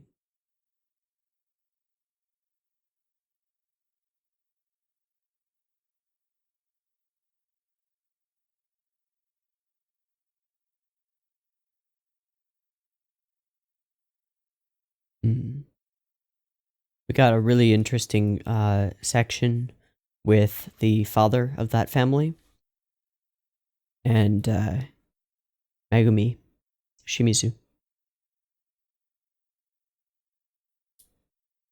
She loves lording it over people. You're just the same. Even if you don't kill them, someone else will. Yeah. Tadaima. Poor guy. Like, we empathize with the humans in the story as a matter of course. The more difficult task is to make us empathize with the Shiki. And I think they're doing a pretty good job of that. With the whole near the intro portion with Now, she just wanted her family to join her, right? And in a sense, to be a vampire is a gift, right? Immortality. But it's a gift with a price. Having to kill. But you can rationalize it from the vampire side that those people that you kill could rise, and you could be giving them the greatest gift of their lives by extending their lives. Which is quite a reasonable stance.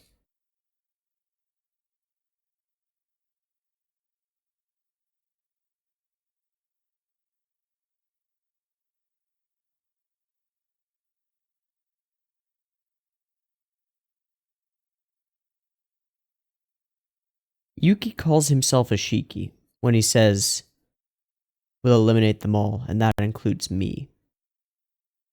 But he was out during the daytime. I'm really thinking that he's a werewolf, and I'm not understanding how that occurs.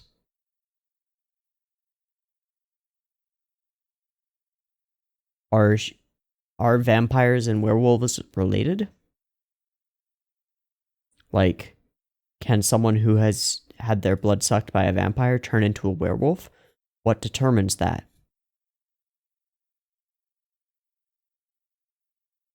I don't know. Don't have enough information. So, let's go into the next episode and see if we get any information.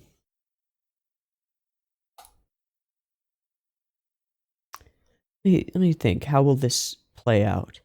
If I go through 17 today, then I'll have 18, 19, 20. And then 21, 22.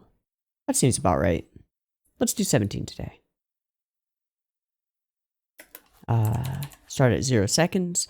Beep beep timer goes here.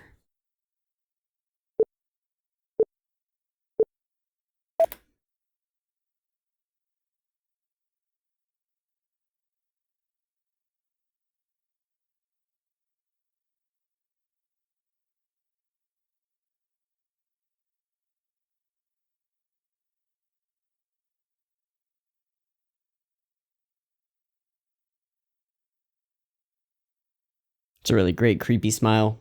Is this in one of the stories? Ooh. Ooh.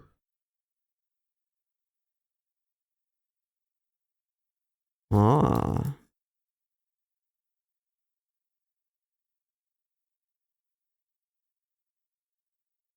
Ah, Seishin is dreaming. He's being haunted.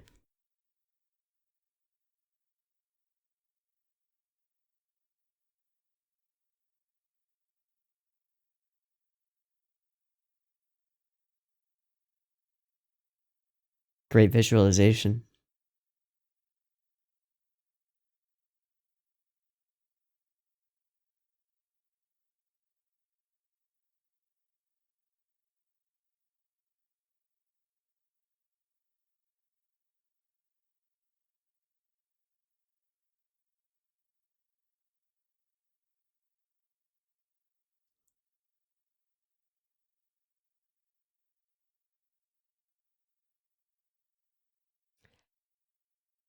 Prepping for war. Love it.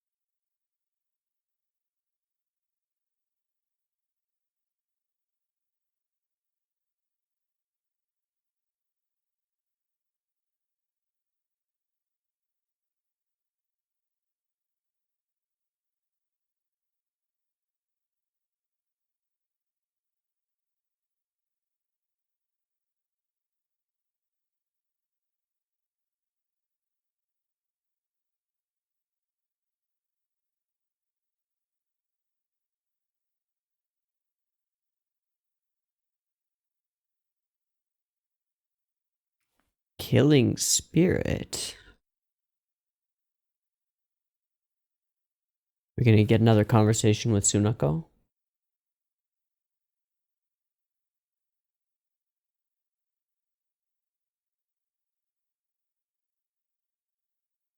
Oh. What? Nobody's here. Don't worry about me.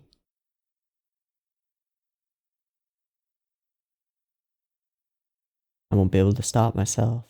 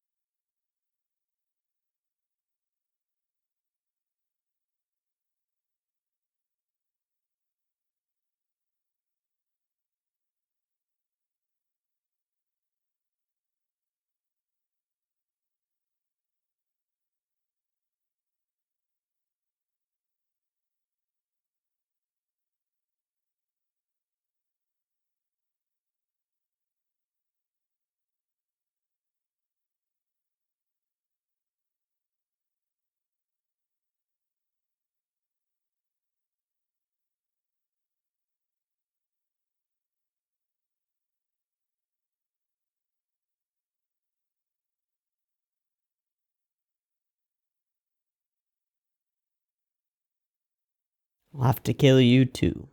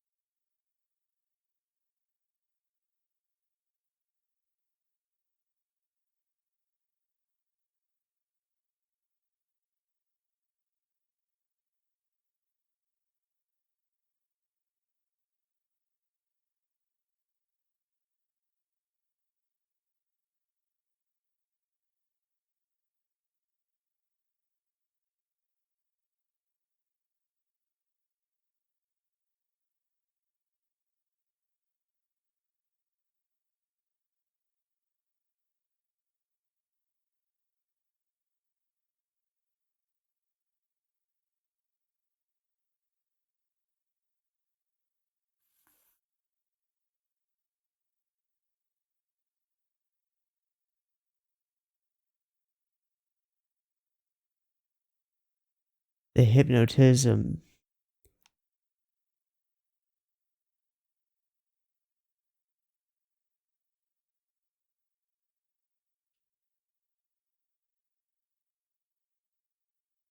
Oh, he's gone. The letter.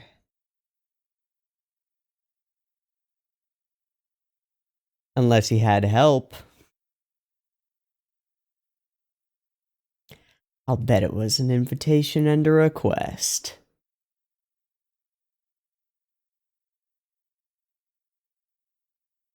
Ah.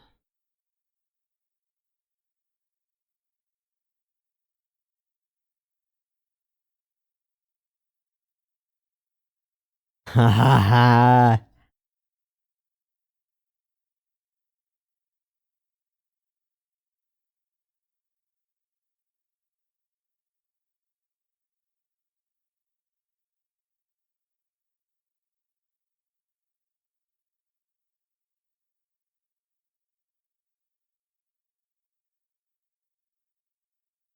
You're the one who delivered it.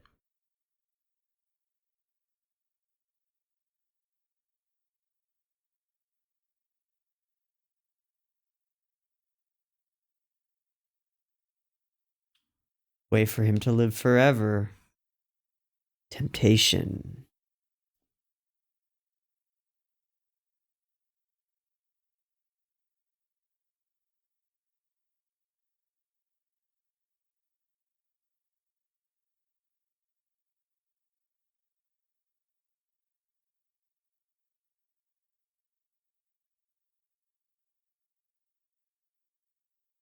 They're being hypnotized into it.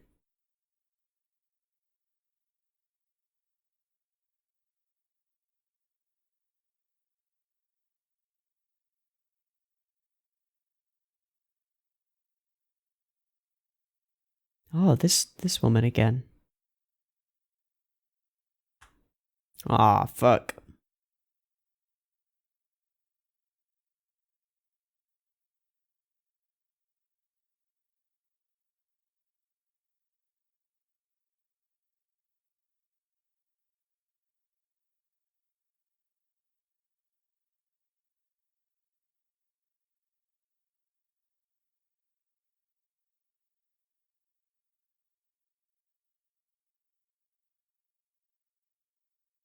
Hey Doc, what's going on? What do you think the matter is?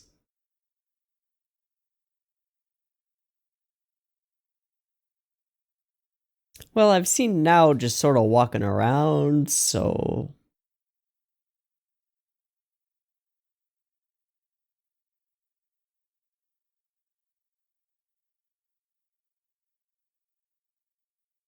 Bro, you could gain an ally here. You could gain an ally. Just choose the right option from the dialogue tree and it'll be fine.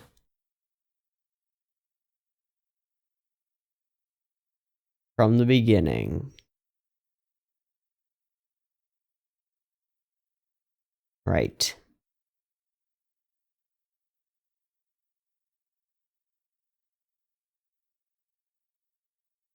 Oh, fuck.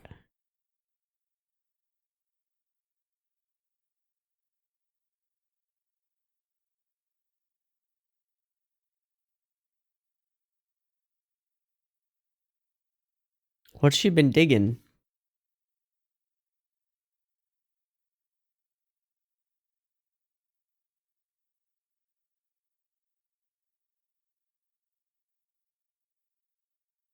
A posthumous name?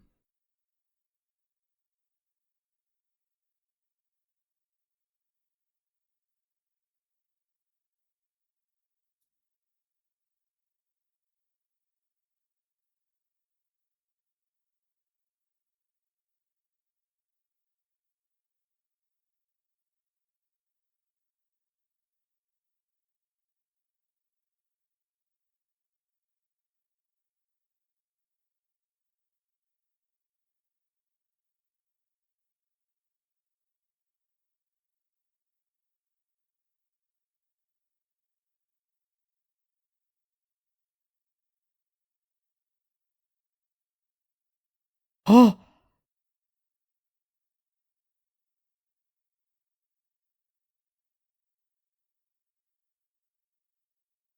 Yo, Kaori, you have lost it, girl. Oh, you poor thing. Yeah, but she's got a pretty good idea.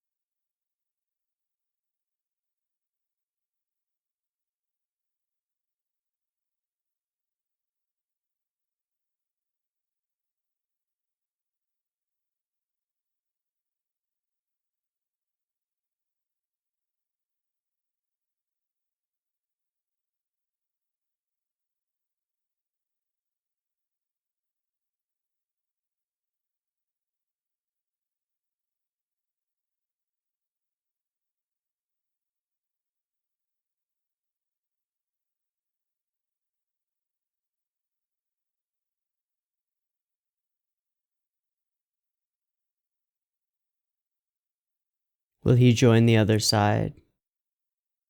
Uh-huh.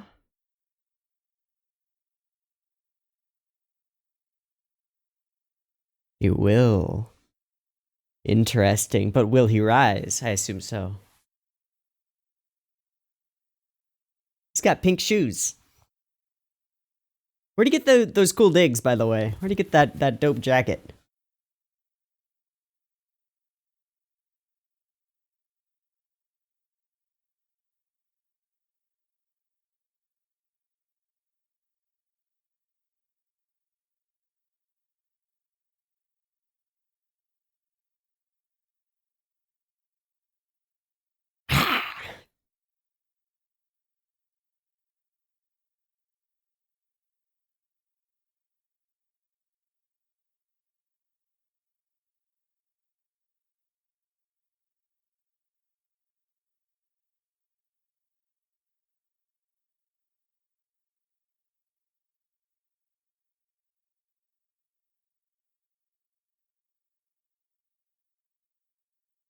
Hi. Oh, is Yuki on the way? Yuki on the way to save the day?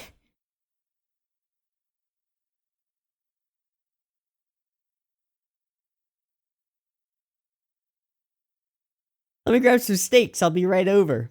But they don't have a barbecue.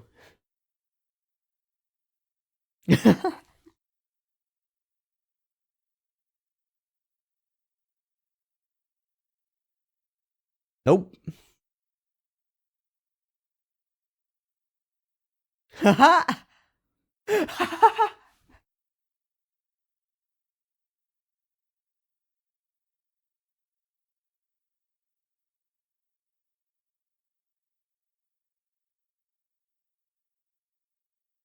Aw, going the other way.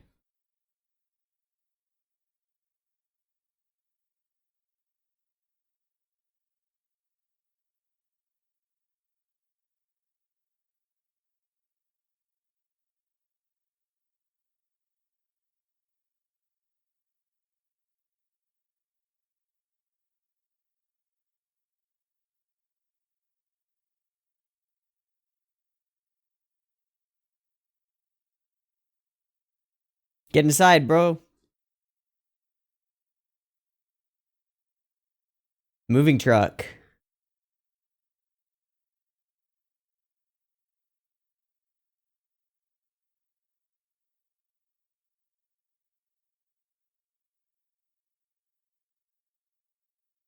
The whole village.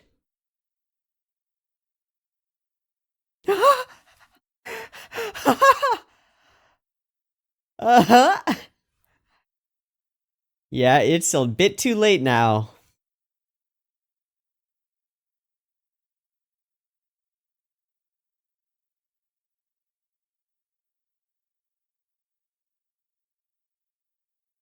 Just a little bit too late.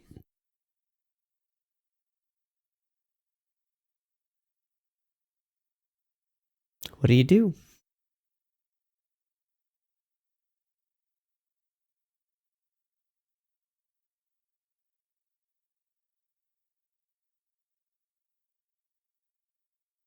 No, not you.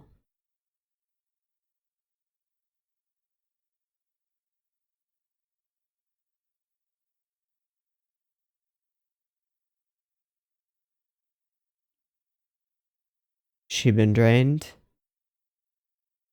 Yup.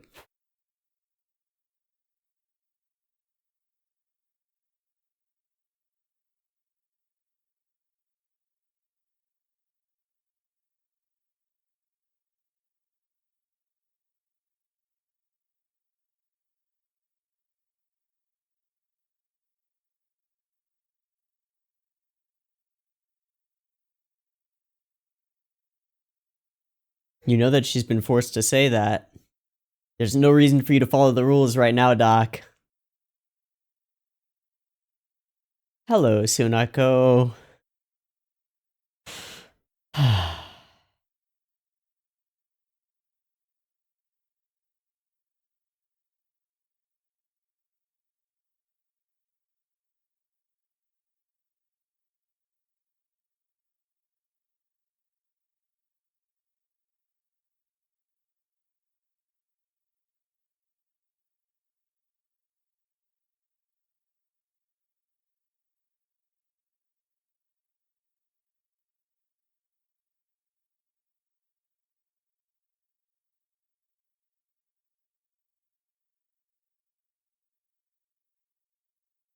Sniper.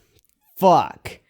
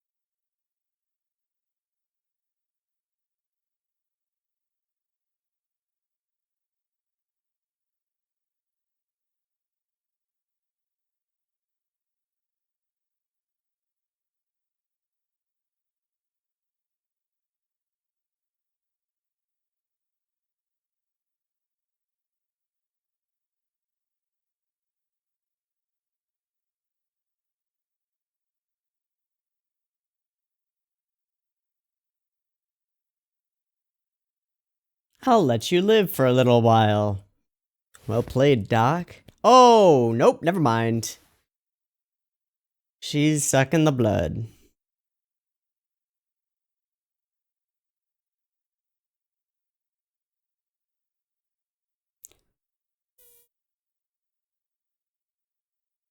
Fuck.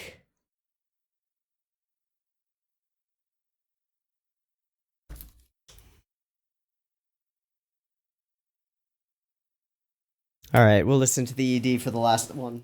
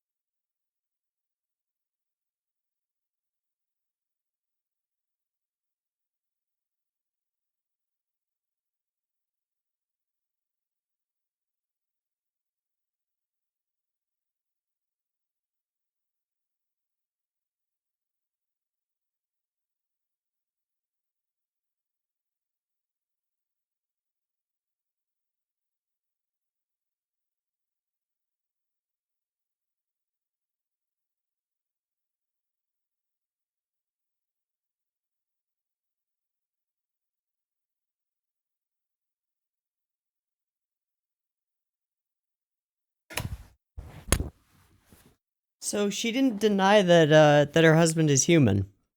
So he's actually a human who's living with them by choice. Not a werewolf. Oh, I guess I was wrong about that. Okay. Cool. Seishin made a choice. Chooses the Shiki. Not necessarily to become one, just to live with them. That's interesting. That's interesting. I hope we get more on himself there. Like, why? Why did you make this choice? He's got some relationship with death and some sort of desire for death. Some kind of death wish. Like the scar on his wrist implies heavily that he tried to commit suicide before, but didn't have the strength or the intent to kill. Or a reason. And the intent to kill and the reason are sort of intertwined. From the way that he stated it. It's like, there's a reason anytime there's an intent to kill. I didn't have intent to kill, and I didn't have a reason. Almost as if it's like A leads to B. That's interesting.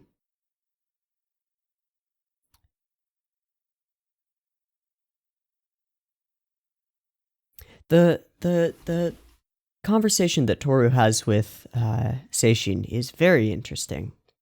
And it's the kind of justification that you'll get running through your head if you've ever done anything out of temptation.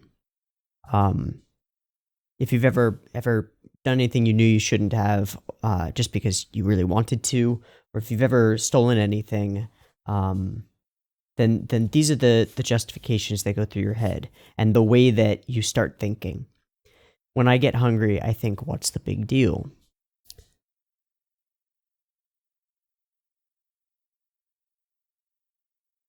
When I am overcome by the temptation in that moment,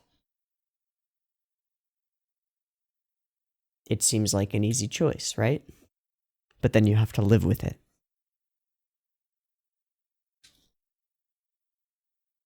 The Shiki are an interesting...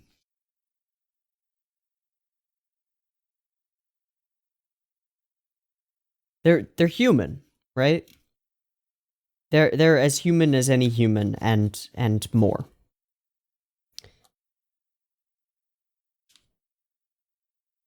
But they are...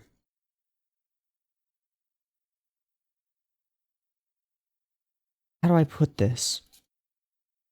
How do I put this? They're a way to symbolically represent the darker sides of human nature.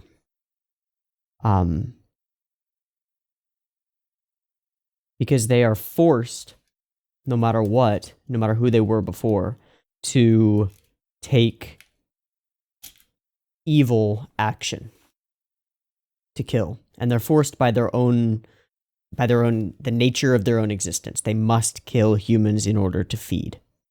And they are overcome by hunger. And that hunger for whatever it is, whether it's sex or food or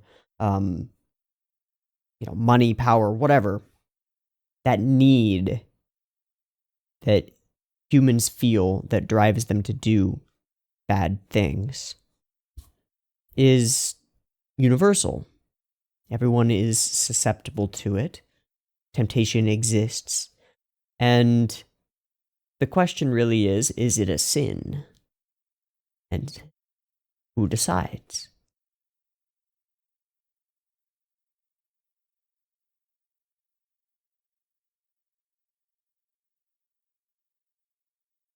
Who could blame you for wanting to live? Death is terrible for everyone. There is no especially terrible death.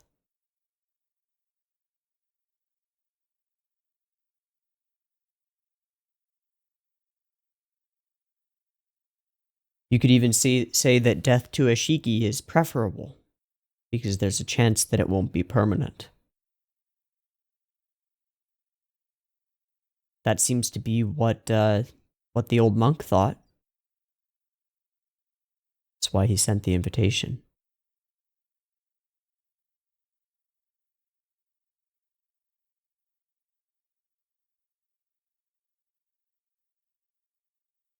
A chance.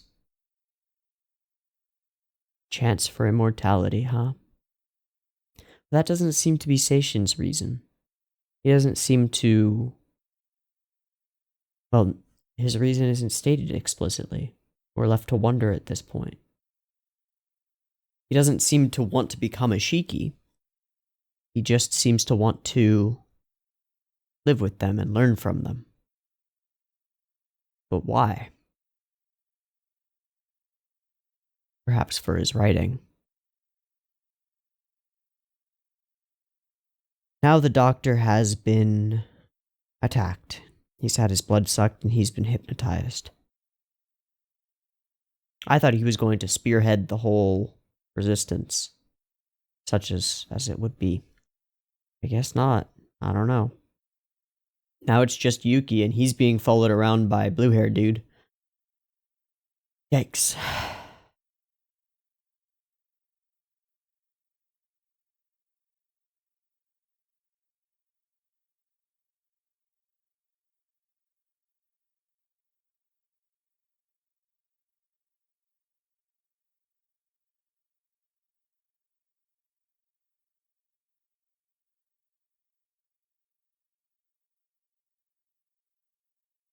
I want to skim through this episode really fast. I feel like there's something that I really wanted to talk about that I'm forgetting.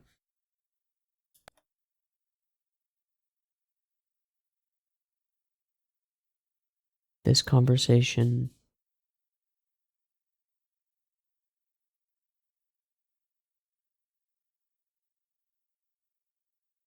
The father's invitation letter.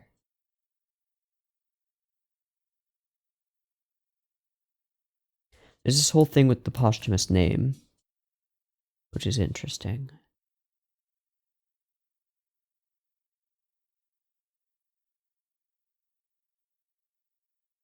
Ah, right. The village has been effectively taken over by Shiki. Everyone you might run into walking around at night. A random door that opens. It's altogether likely that whoever's inside is a Shiki, and they appear to be just living normal lives, except that they also prey on humans.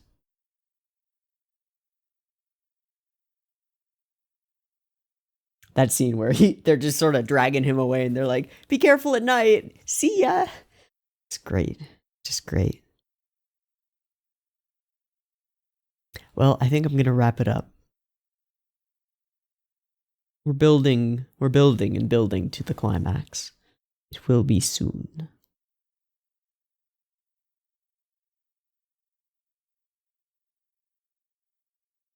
I'll probably do this as, it'll be these 4, and then I'll do 18, 19, 20, and then I'll do the finale 21, 22. Yeah, something like that. We'll see.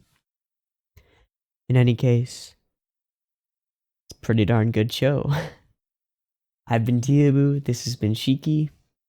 Episodes 14, 15, 16, and 17. I hope you've enjoyed them as much as I have, and as always, I hope to catch you in the next one. Peace.